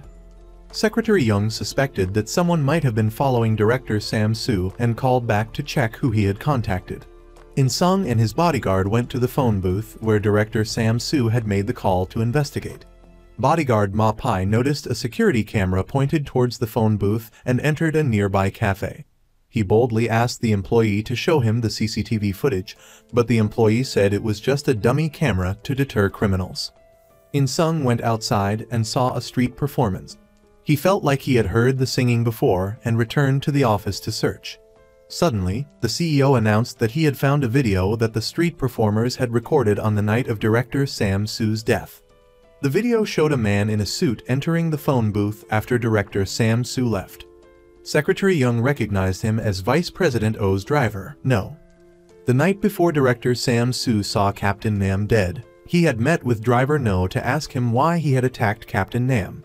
No replied that he was only following orders and that Sam Soo should be quiet to avoid the same fate. Later, as Director Sam Soo called in Sung, driver No was watching from above. He then called back to check who Sam Soo had called, which was captured in the street performer's video. Driver No then called the mysterious mastermind to report the situation. Later, at a press conference, Vice President Oh told driver No, "I see that In Sung keeps wearing that earpiece as if someone is reading him a script." Immediately afterwards, In Sung secretly stood outside a convenience store to follow driver No. After a while, the driver realized he was being followed and turned around to confront the young CEO. In Sung showed him the video of him following Director Sam Soo before his death and threatened to give it to the police. No lunged to grab the video, but the former boxer appeared behind him. Realizing he was outnumbered, No ran away. When tripped and falling, he pulled out a gun. Seeing In Sung still muttering something, he confiscated his phone before fleeing. Secretary Young was worried that the CEO had fallen into driver No's hands, but In Sung said it was intentional. "Now we know where he goes and who he talks to," he explained. The CEO had decided to follow No despite the danger. "If we catch him, he'll end up like Captain Nam and Director Sam Soo. This way, I can see and hear what those who harmed me are saying and doing." Secretary Young wanted to call the police, but In Sung stopped her, saying the police were under Bumyoung's influence. "Don't worry, we know the CEO's location. We'll soon know who gave the orders to driver No." Secretary Young returned to Kim Sun-ju's house and listened to what the CEO's phone was picking up. She heard gunshots and shouting. In Sung reassured her, "That's the sound of a game." At that moment, driver No was playing a game next to the CEO, whose phone lay on the table. Secretary Young expressed her worry, stating, "What if the phone runs out of battery? Then we'll lose the location tracking." Just then, as the driver No attempted to unlock the phone's password, a file named Hidden Power was received, piquing his curiosity. He decided to plug in the phone to charge, waiting for an opportunity to unlock it at all costs. The next day, In Sung rushed to the company and was given a necktie adjustment by Secretary Young before going to see Director Kim. He requested that the CEO approve his electronic project. The CEO opened a flurry of emails, unsure which one was Director Kim's project. Director Kim explained it concerned eliminating the virtual reality glasses department, whose Singaporean venture capital funding had failed. He needed a decision on whether to eliminate the department. He also requested that Bumyoung increase the budget, demanding a decision by the next day's meeting. In Sung was distraught, realizing his decision would affect the livelihoods of over 400 employees. He called the CEO for advice, but driver No entered, causing the CEO to hang up. No noticed the phone had just turned on without anyone present. He took it to a smartphone expert, a former comrade from his military days. The expert boasted, "I can unlock any phone," but then announced the phone had some kind of impenetrable security software, almost as if someone was constantly changing the password. Meanwhile, driver No received a call from Vice President Oh. In Sung and Secretary Young also set off, as the CEO had contacted In Sung, requesting his presence at the BY Hotel. Driver No escorted the Vice President into the BY Hotel and into a private room, the door closing behind them. In Sung and Secretary Young listened to the conversation inside. As No prepared to report on In Sung's phone, the Vice President received a message and interrupted. Secretary Young remarked, I clearly heard a notification sound before he interrupted. No then snatched the phone from bodyguard Ma Pai, demanding, "Who are you texting? Are you secretly reporting to someone that we're eavesdropping?" In Sung stopped the bodyguard, letting Secretary Young check the phone. The person the bodyguard was texting was Min-a. The previous evening, while Minna sat alone sadly, Ma Pai had made a small statue to keep her company. Now, enraged, the bodyguard stormed off. In Sung and Secretary Young felt remorse for suspecting Ma Pai. Later, In Sung called Ma Pai home and personally cooked a meal to apologize for their suspicions. Ma Pai asked about Min-a, inquiring, "Doesn't she have a mother?" In Sung replied that her mother had passed away, and the nanny, Dai, stepped in to help In Sung improve his incredibly bland soup. In Sung was surprised by the nanny's exceptional cooking skills. Noticing the tough bodyguard couldn't handle spice, he offered him an egg. Later, when the young CEO asked Ma Pai about his aspirations specifically, if he wanted to own a building, a look of sadness appeared on the bodyguard's face. Returning home, Ma Pai reminisced about his past, recalling his coach's advice before a national team selection trial. "Don't push yourself too hard tomorrow. You're young, you have many opportunities." After that, I saw the coach receiving a stack of money from the father of the boxer who would be my opponent in tomorrow's match. Because of that, when I fought, I gave it my all and punched my opponent in the face, knocking out his front teeth. I really hated the coach's behavior. Initially, he pulled me up from the bottom of society, then used me as a tool to make money. Now, Detective Choi from the police station is also entering the secret room to meet Vice President Oh. The next day, In Sung had to attend a meeting to discuss whether or not to abandon the company's virtual reality glasses business. But the general manager still didn't know what the right decision was, and he didn't know what CEO Kim Sun-ju would decide.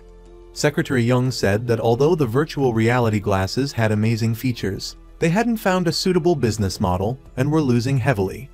In Sung received a phone call, thinking it was from the CEO, but it was from his mother.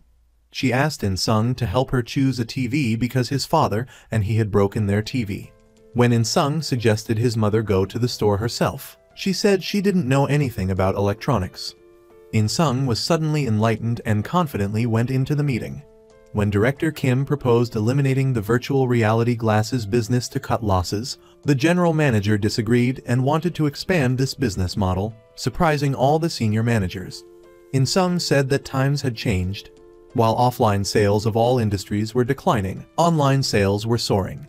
Many people wanted to buy online but faced the inconvenience of not being able to see the product in person. Our virtual reality glasses would overcome this obstacle. No matter where they are, users can feel the difference in size between a 65-inch and a 75-inch Bumyang Electronics TV, and the difference between a large and small Bumyang Motors SUV. If commercialized, virtual reality glasses would be an essential product that everyone would want. I know investors will be hesitant to continue investing in this project. Every beginning is difficult, but I'm sure virtual reality glasses will become a project that both Silver Lining and Bumyang will reap the rewards from, and it will become a product that drives the 4.0 industry. Director Mai Ran applauded and made plans to promote cooperation between Silver Lining and Bumyang Group's subsidiaries. After the meeting, Director Kim bowed to In Sung in admiration. Secretary Young thought that CEO Kim Sun-ju had called In Sung to give him advice right before the meeting.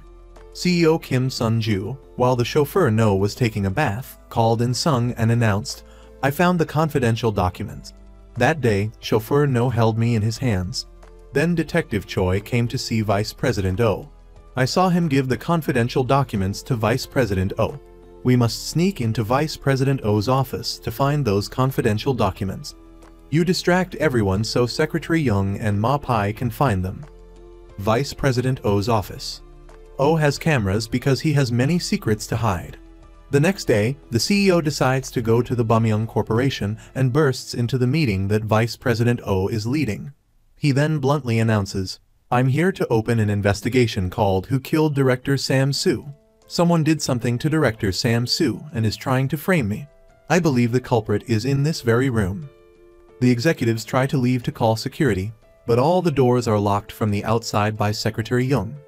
Secretary Young also informs the staff that the vice president is locked in the meeting room. creating an opportunity for the bodyguard, Ma Pai, to search Vice President O's office. Inside the meeting room, the senior managers try to grab In Sung to leave. The CEO tries to stall for time, allowing Secretary Jung and Ma Pai to search Vice President O's office. The managers eventually grab In Sung and take his key, unlocking the meeting room. In Sung calls Secretary Jung, who says she hasn't found the documents yet.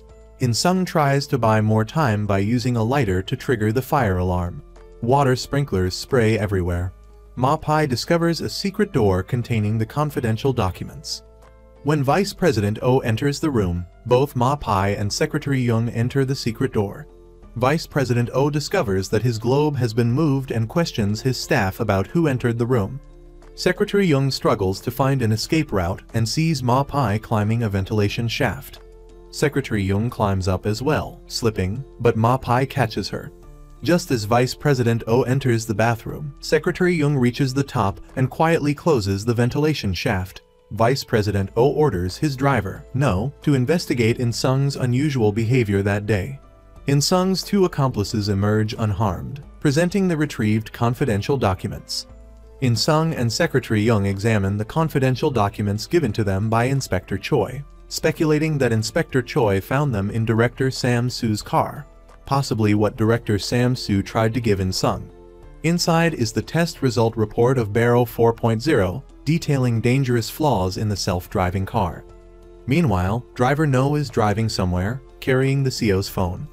The CEO calls In Sung, informing him, "I've made my move.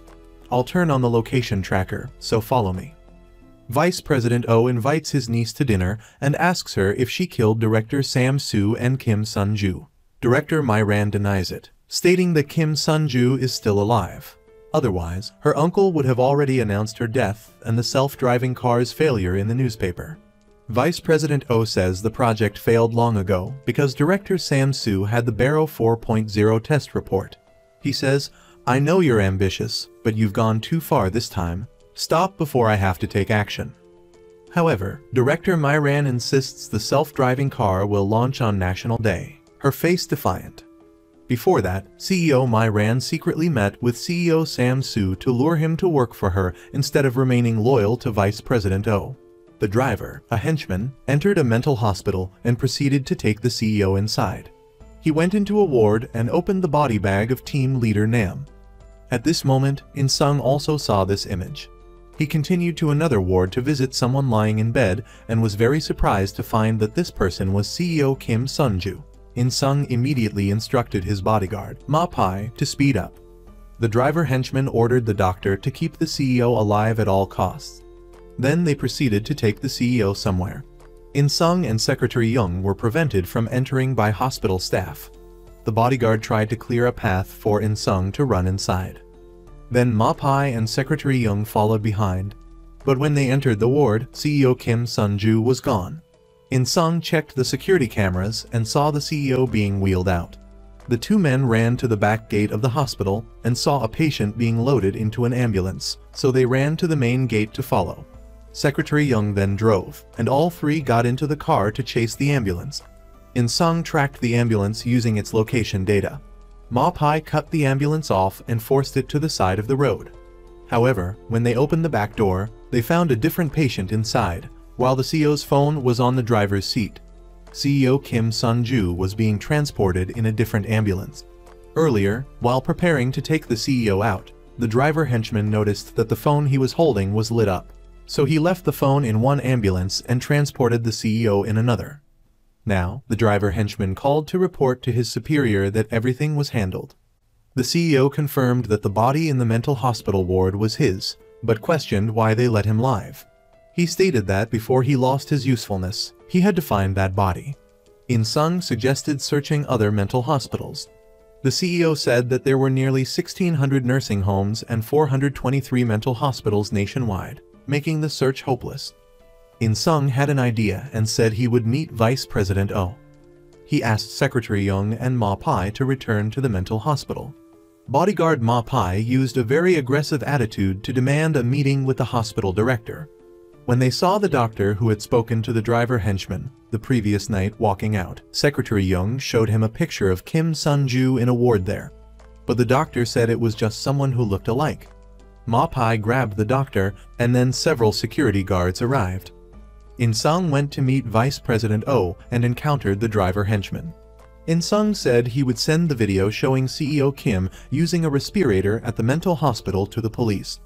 The driver threatened to pull out the respirator, asking, "Do you want me to become a murderer?" Secretary Young and Ma Pai displayed their spoils, Dr. Ha's employee ID card.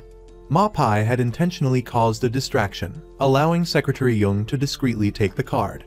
Ma Pai praised Secretary Young's skill in accidentally acquiring it, saying, "Why abide by the law with those who disregard it?" Secretary Young then researched Dr. Ha's background, discovering he'd been indicted for manslaughter due to medical malpractice in 2012, yet was still appointed hospital director.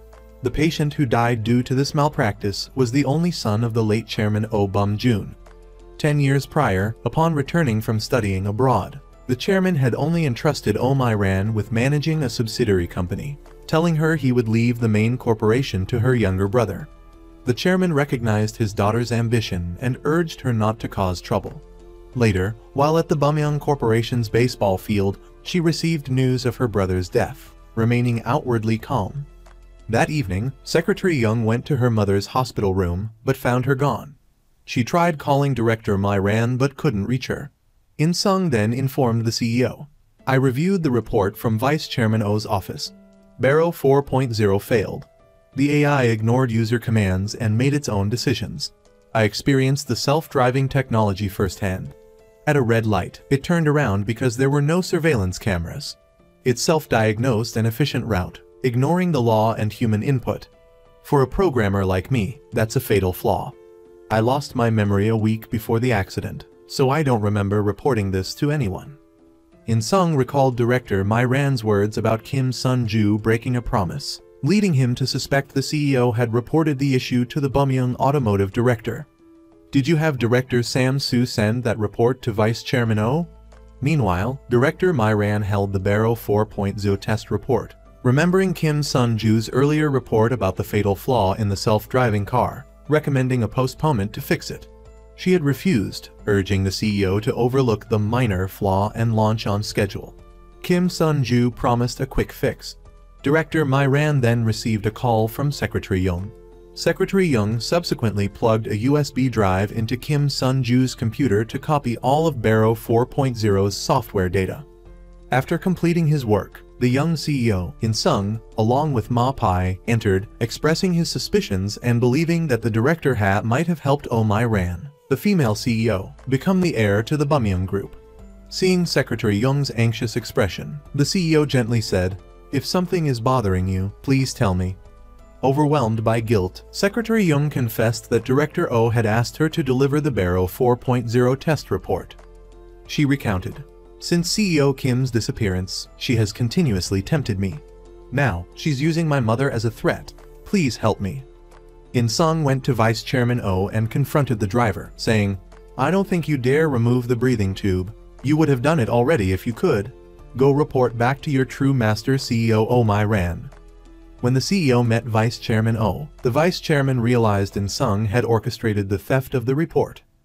From his office, In Sung explained that Chairman Kim Sun-ju had intended to have Director Sam-soo deliver the report, but Director Sam-soo had changed his mind and chose disloyalty, unknowingly causing the self-driving car project's major failure. It was only after Inspector Choi found the confidential documents in Director Sam-soo's car that the failure was discovered. In Sung stated that My-ran was powerful, virtually untouchable by the law. He proposed that by weakening her, the vice chairman could regain the chairmanship, and they could rescue Kim Sun-ju. The vice chairman recognized In Sung's strategy of using one enemy to attack another. In Sung suggested an emergency shareholder meeting to oust Oh My-ran.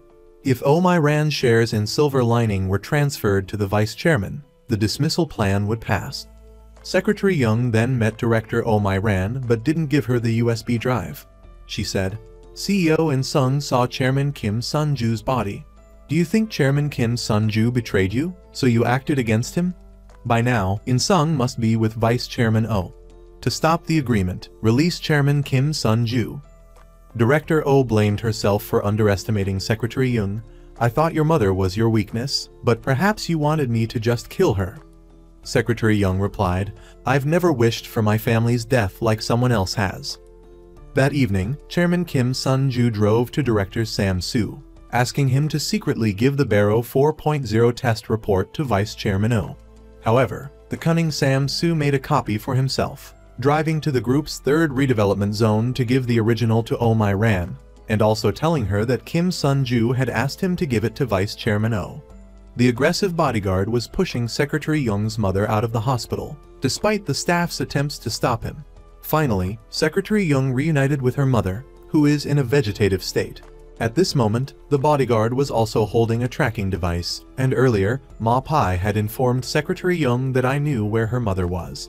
The last time her mother was taken to the VIP ward to escape me, I had attached a tracking device to the hospital bed just in case.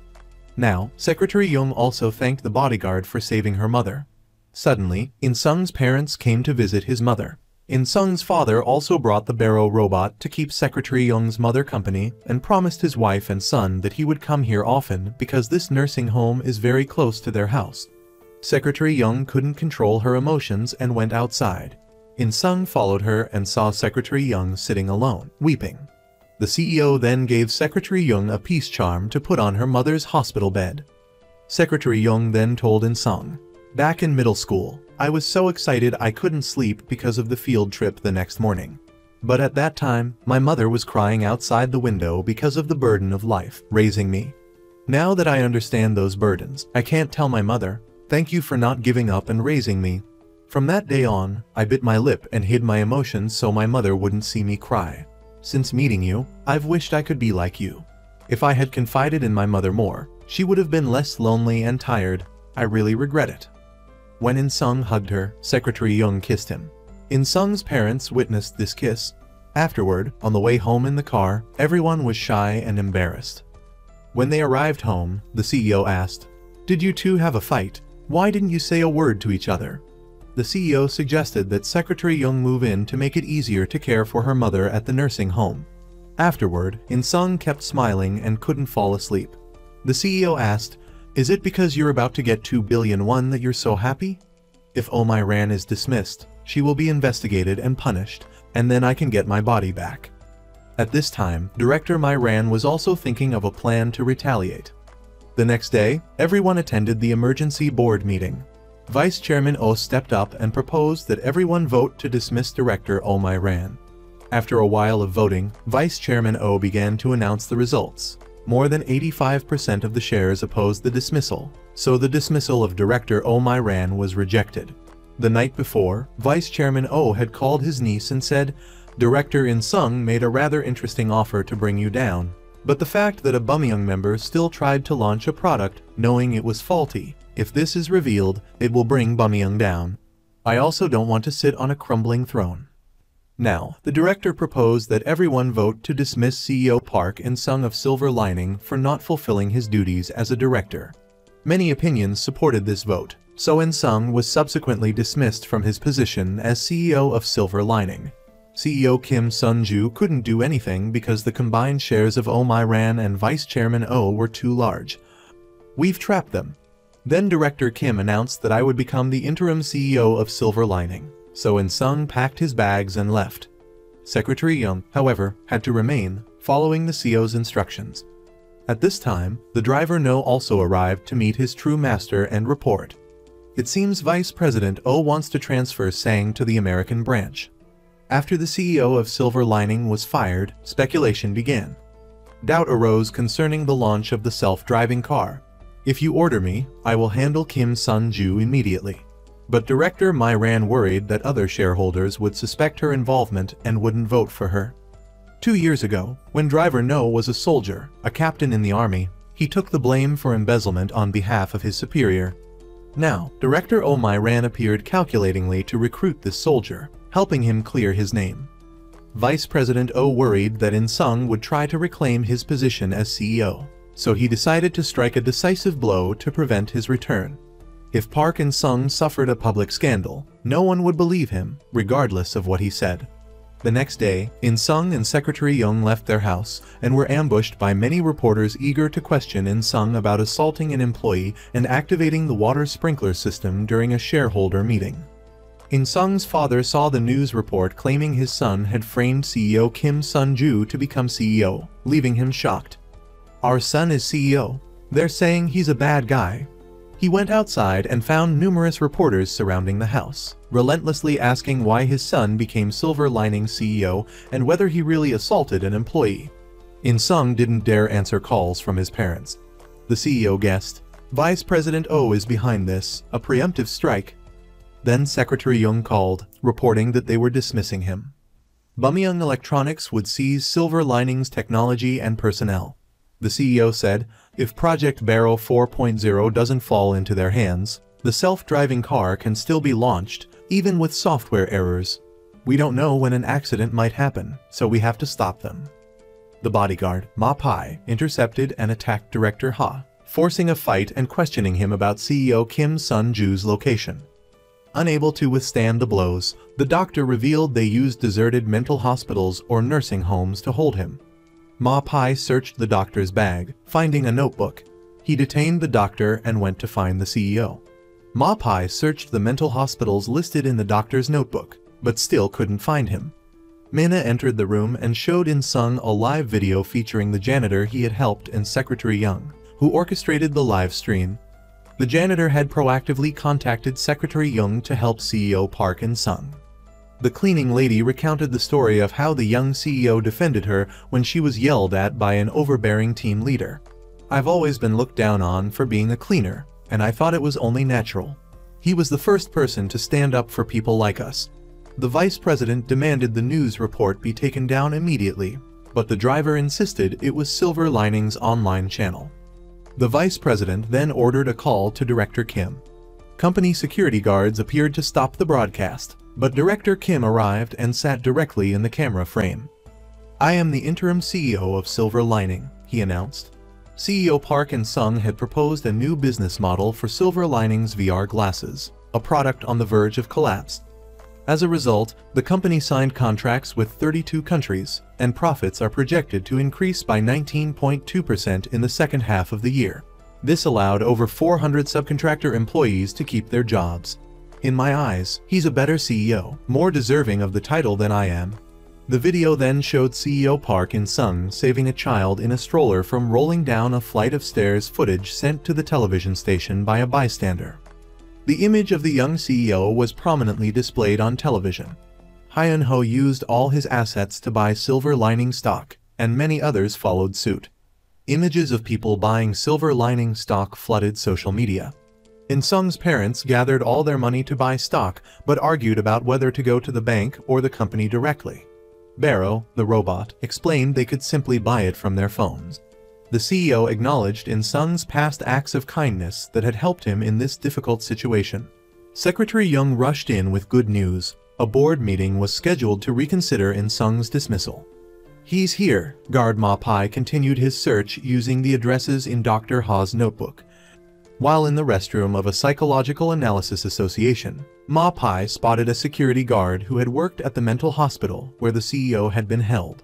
He followed him, found CEO Kim Sun-ju, and fought off those trying to stop him. Ma Pai got the CEO into an ambulance and drove away from the nursing home. The guards gave chase. In Sung and Secretary Young confidently entered the board meeting presided over by Director Oh My-ran. The meeting concluded with Park In Sung's reinstatement as CEO of Silver Lining. Ma Pai tried to contact In Sung and Secretary Young but couldn't reach them. He called the CEO's home and spoke to the nanny. "Tell In Sung I found Kim Sun-ju," Ma Pai said. He took the CEO back to his base, but Dr. Ha was gone. Suddenly, thugs attacked Ma Pai. Despite these guys all having a tough air about them, the former boxer still managed to knock them all down. Ma Pai ran down and was about to push Mr. Kim Sun-ju when a car arrived. The driver, No, brought many thugs to retrieve Mr. Kim Sun-ju. Ma Pai continued fighting with the large group of thugs. Then, the bodyguard got hit in one eye. The thugs started pushing Mr. Kim Sun-ju into the car, despite the bodyguard's desperate efforts. Ma Pai was then thrown to the ground. Driver No approached, only to receive a punch to the face from Ma Pai, enraging him. At that time, In Sung was celebrating at the company.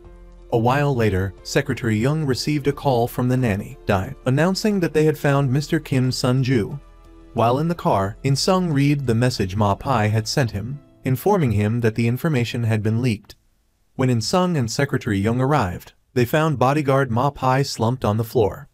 Afterwards, they all went to visit Ma Pai's resting place.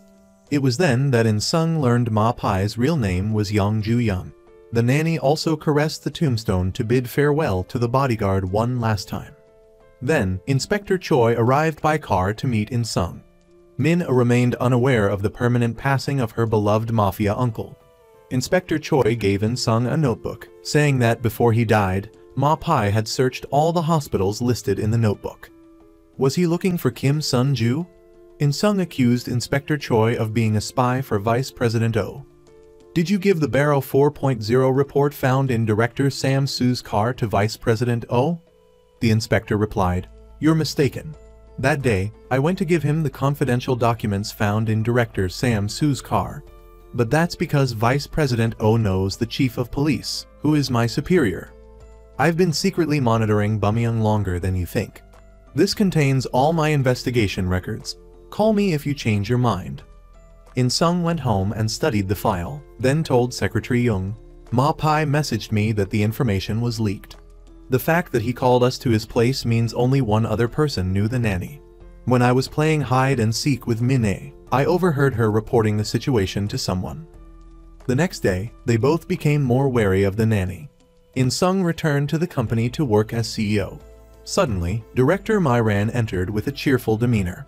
In Sung lowered himself to the CEO's level and asked her, "Why did you kill your bodyguard?" Myran feigned innocence and asked, "What's your relationship with Kim Sun-ju? Be careful, the next person after that bodyguard could be you, or maybe your family." Suddenly, the CEO spoke up, leaving the director stunned and confused, causing her to flee the office. She then went straight to where CEO Kim Sun-ju was being held and asked Driver No, "Are you sure he's always been unconscious?" The driver confirmed that he had been lying there since the accident. That night, after receiving the report from Director Sam Su, the director called and ordered Driver No to act. He sat on a container and drove ahead of the CEO's car, activating a signal jammer, preventing the CEO from communicating with his daughter. Then, the container blocked Mr. Kim Sun-ju from behind. Team leader Nam, accompanied by many thugs, arrived. Therefore, the CEO had to flee to the mountain. The CEO's car was also put into the container. When Mr. Kim Sun-ju ran up, he was blocked by team leader Nam. The CEO picked up a rock and hit him on the back of the head, but was subdued by his underlings. Afterward, Mr. Kim Sun-ju resisted and fell off a cliff, losing consciousness. Dr. Ha called to report to the director that he suffered a serious brain injury and it was unknown when he would wake up. Driver No took responsibility for his negligence. He intended to pull out the CEO's breathing tube, but the director stopped him because she had just received an email from Kim Sun-ju, using his familiar writing style. At this point, Driver No tried to pull out Mr. Kim Sun-ju's breathing tube again, but the director prevented him, saying, "He is my decisive card." In Sung blamed the CEO, saying, "Why did you reveal your real voice in front of Director Myran?" As Mr. Kim Sun-ju explained, "I just wanted to confuse her. We need to make it seem like someone else is behind me. Then the enemy's fear will increase because they won't know who the opponent is." At that moment, Secretary Young called, reporting that Nanny Di had just taken a bag out of the house. They both followed to investigate and caught her in the act. The nanny explained, "I only sell used goods because I feel sorry for the clothes Min-a doesn't fit anymore." Secretary Young checked and found it to be true. The nanny had been secretly selling these things for a long time and had become a high-level member of the used goods website. When In Sung asked about the leaked message from bodyguard Ma Pai, the nanny said, "Besides Secretary Young, I haven't told anyone." At that time, Min-a was at home, along with Butler Sim. The spy in the house was Butler Sim. 3 months ago, Butler Sim was asked to meet Director Myran. She requested, "Keep an eye on Director Park In Sung for me." At that time, the butler flatly refused, but immediately afterward, he received a call from his son. announcing that he had found a job at Bumyung, a car seat supplier company. "Dad, you submitted my application," his son said. So the butler decided to side with director Myran. That day, when the nanny heard Ma Pai's phone call, the butler overheard everything. The CEO found out that Butler Sim's son was working for Bumyung's automotive partner company. In Sung devised a plan to negotiate between the two sides. The vice chairman, having discovered Myran's scheme to harm In Sung's bodyguard, decided to pull a stunt to put his niece in her place. He still trusted his chauffeur, unaware of the man's betrayal. Stock investor Si Kai, while working, saw a news report and became suspicious about Chairman Kim Sun-ju's supposed death. In Sung, dining with Butler Sim and others, received a call from Hyun-ho urging him to turn on the TV. The news reported the rumored death of Silver Lining's former CEO, Kim Sun-ju. In Sung quickly turned it off to spare Min-ae's feelings. Myran realized this was her uncle's ploy to stop her from launching the self-driving car on National Day. The vice chairman warned his niece to stop her delusions, threatening to reveal who was behind Kim Sun-ju's disappearance. The CEO told In Sung, "From the moment I woke up in this phone, I anticipated this. It's time the world knew the truth. Prepare for the launch." In Sung replied, "I need to tell someone first." In Sung met with Minna and said, "I'll tell you a secret, but you must promise not to tell anyone. Your dad is safe, he's living in this phone." The CEO greeted his daughter through his usual interface. "I haven't found a way out yet, but I promise I'll be back with you soon. Until then, our meetings will have to be our little secret." Later, In Sung went to his office to talk to Secretary Young. Noticing Butler Sim lurking outside, he purposely mentioned that Barrow 4.0 was complete. The butler immediately called Myran with the news. Upon learning the self-driving car's brain technology was finished, she grinned triumphantly. Immediately after, In Sung was intercepted by bodyguards and told to get in a car to speak with Myran. He stated, "Barrow 4.0 is complete. I'll give it to you, but you have to give me back Chairman Kim Sun-ju." In Sung took the stage at the Silver Lining product launch, switched on his acting mode, and announced, "CEO Kim Sun-ju is not missing. He has been working tirelessly and secretly to program Barrow 4.0. And now, Barrow 4.0 is complete." The CEO appeared on the large screen, greeting everyone and apologizing for not revealing his location due to security reasons. When a reporter questioned the technology's authenticity, Myran appeared beside the CEO and introduced the self-driving car created in partnership between Silver Lining and Bumyung Motors. Reporters bombarded both leaders with questions. Afterwards, a gleeful Myran met with In Sung, believing everything was under her control. Myran finally met the real Kim Sun-ju. "This is truly cutting-edge technology," she exclaimed. In Sung pressed her to keep her end of their bargain. She instructed him to come to a secluded villa at 4 p.m. this Saturday. The vice chairman was furious upon discovering his niece's renewed plot to usurp his chairmanship. Chauffeur No also expressed frustration with the old man's attitude. CEO Kim Sun-ju was apprehensive about going to an unfamiliar place for the exchange. "Worst case scenario, we lose Barrow 4.0 and I don't get my body back," he said. In Sung immediately devised a counterplan. He arranged a meeting with Detective Choi and said, "I'll send you the address of a villa at 4 p.m. this Saturday. The crucial evidence to arrest Myran will be there. Don't forget to come." Meanwhile, Chauffeur No reported to Myran that the vice chairman was investigating whether Barrow 4.0 was truly complete. She scoffed. "What does it matter? Once the self-driving car news is released, Bumyung Motors stock will skyrocket, and I'll be chairman. As for Kim Sun-ju's body, I've never let anyone take anything from me." On the appointed day, In Sung and Secretary Young drove to the villa. They were thoroughly searched by bodyguards. Suddenly, several police cars arrived. Detective Choi and his colleagues began searching the entire premises. Outside, In Sung and Secretary Young were blindfolded, restrained, and driven away in a vehicle. The police reached the room where the CEO had been kept, but found it empty. When their blindfolds were removed, Secretary Young realized they were at Silver Lining's external servers where Barrow 4.0's data was stored. Chauffeur No appeared, annoyed that In Sung had called the police. He demanded, "Hand over Barrow 4.0 in exchange for Chairman Kim Sun-ju." Secretary Jung gave him the USB drive containing Barrow 4.0, and the two quickly ran to the container holding Kim Sun-ju's body.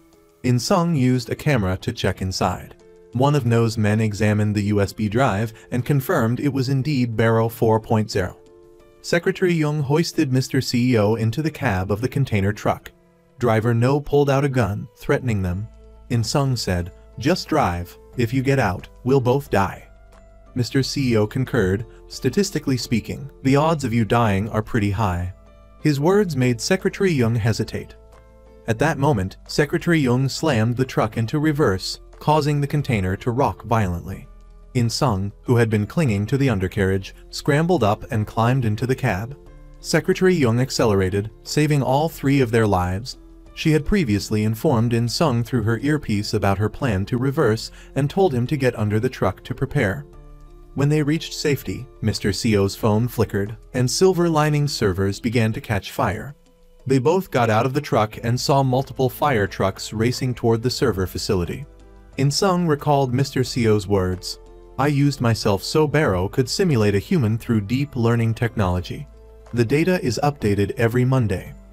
Earlier that week, Mr. CEO had said he had no memory of the week leading up to the accident. He also mentioned that Barrow 4.0 would be able to think and make judgments just like him.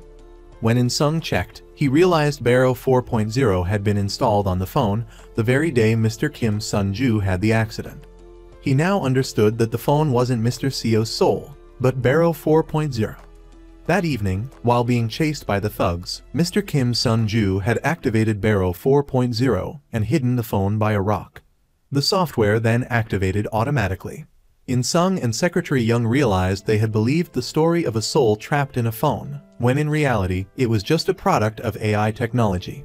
The real Mr. Kim Sun-ju had been unconscious all along. They took Mr. CEO to a nursing home to be cared for.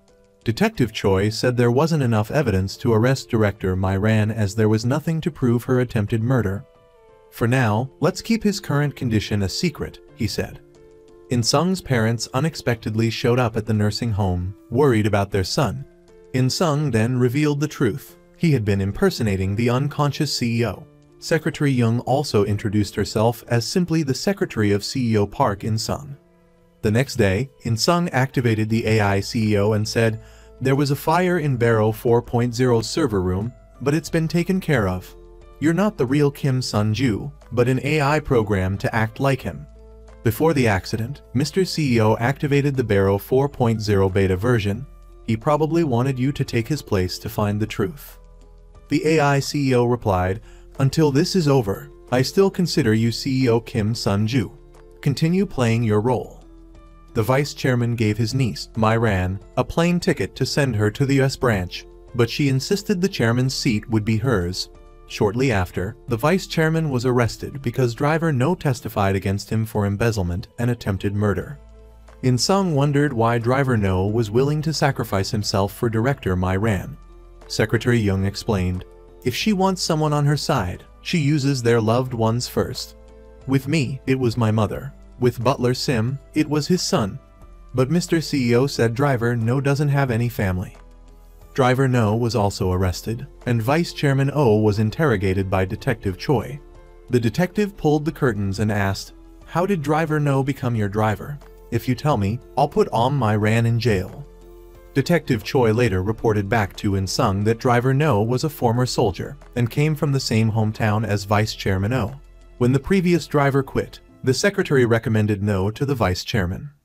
The following day, Director Myran held a meeting to prepare for the self-driving car test run, which was broadcast live domestically and internationally. After the meeting, she thanked In-sung for handing over Barrow 4.0. However, the AI CEO had previously told him that Barrow 4.0 had been installed with a hacking program. Detective Choi gave In-sung a file on driver No's criminal record. In-sung visited No in jail and asked, "Were you falsely accused of embezzling funds for your superior while in the military? Did Myran help clear your name, making you indebted to her? Your superior, Colonel Mun, is now a member of the National Assembly. There must be a powerful force backing his election. Who do you think orchestrated the plan to falsely accuse you?" Driver No realized it was all My Ran's scheme to make herself appear as his savior. In Sung said, "You're just a pawn in her game." The driver then spoke up. "I don't have any evidence, as I've been truly loyal to My Ran. But Dr. Ha might be different. He was crucial to her, his interests always protected. He helped maintain Kim Sun-ju's facade. Now that Kim Sun-ju is under your control, she might not let him live." In Sung asked Hyun-ho for a favor.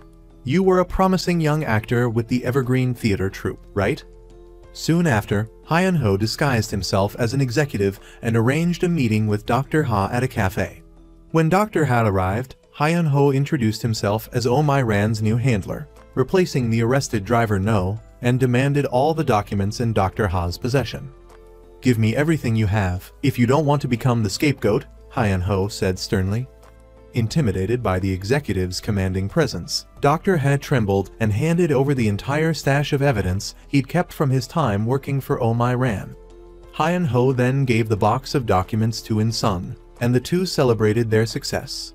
Immediately afterward, Dr. Ha called his family and ordered, "Pack your bags and leave Korea immediately." Suddenly, a car appeared. Dr. Ha hurried into an elevator. One of My Ran's thugs was about to deal with Dr. Ha, but Inspector Choi arrived just in time and apprehended him. The next day, the launch event for Bumyeong's self-driving car took place and was broadcast globally. In Sung attended the event, grabbed the microphone from My Ran, and announced, "I think Director My Ran should be the first to test this product, to demonstrate its safety." My Ran couldn't refuse. At that moment, the fake CEO was also preparing to act. My Ran and the CEO sat in the self-driving car. Everything inside the vehicle, as well as its external journey, was live-streamed. The car operated smoothly, but as it approached an intersection, it began to accelerate uncontrollably and deviate from its route. The public became alarmed. In Sung explained, "Barrow 4.0, when it finds a more efficient route, will act on its own. But when it goes beyond control, it's very dangerous. That's why Kim Sun-ju wanted to postpone the launch. But in her pursuit of the chairmanship, she ignored that warning and even wanted to kill him." At that moment, a video of Dr. Ha operating on Kim Sun-ju, along with instructions to keep him alive, spread online. As My Ran watched the video, the car suddenly stopped, and several police cars appeared behind it. When My Ran asked, "Who ordered you to do all this?" In Sung replied, "The CEO of Silver Lining, Kim Sun-ju." My Ran was utterly bewildered. As In Sung stepped out of the car, she slammed the door shut and ordered the self-driving car to the nearest heliport. In Sung and Inspector Choi immediately gave chase. But this was all part of the CEO's plan, who knew My Ran would try to escape. The director sat calmly in the self-driving car. Believing she had arrived at the heliport, she opened the door to see numerous police officers outside, along with In Sung. However, everything displayed on the car's windows was merely a projected image. Thus, My Ran was dragged out by the police and confronted with the comatose Kim Sun-ju. When the director claimed she was framed, Butler Sim appeared and confessed to being My Ran's accomplice, accepting his arrest. In Sung further accused My Ran of murdering her own brother, along with director Sam Soo and bodyguard Ma Fai. All the evidence was in the file he held. My Ran was then handcuffed, taken to the police station, passing by Kim Sun-ju's still form. Inspector Choi also led a team to raid the Bumyeong car company. My Ran, feigning illness, was in a wheelchair and faced public outrage. Bumyeong's stock price had halved, leaving the empire a crumbling sandcastle. Finding professional managers to take over the corporation was only a matter of time, with so many Bumyeong-related cases coming to light. Secretary Young also told Min the truth. The father in the phone wasn't her real father, but an AI. Her real father was currently in a coma. The AI CEO also informed In Sung, "I have to go. One day, Mina will feel betrayed if she knows I'm just a fake father." Kim Sun-ju had once said that an AI that develops emotions is just a flawed AI, a fatal software error, and software errors cannot be allowed to exist. With that, the CEO deleted himself from the phone. Min ran in, picked up the phone, and burst into tears. At that moment, the phone showed signs of restoring itself. Some time later, Oh My-ran had adjusted to life in what would be her long-term home.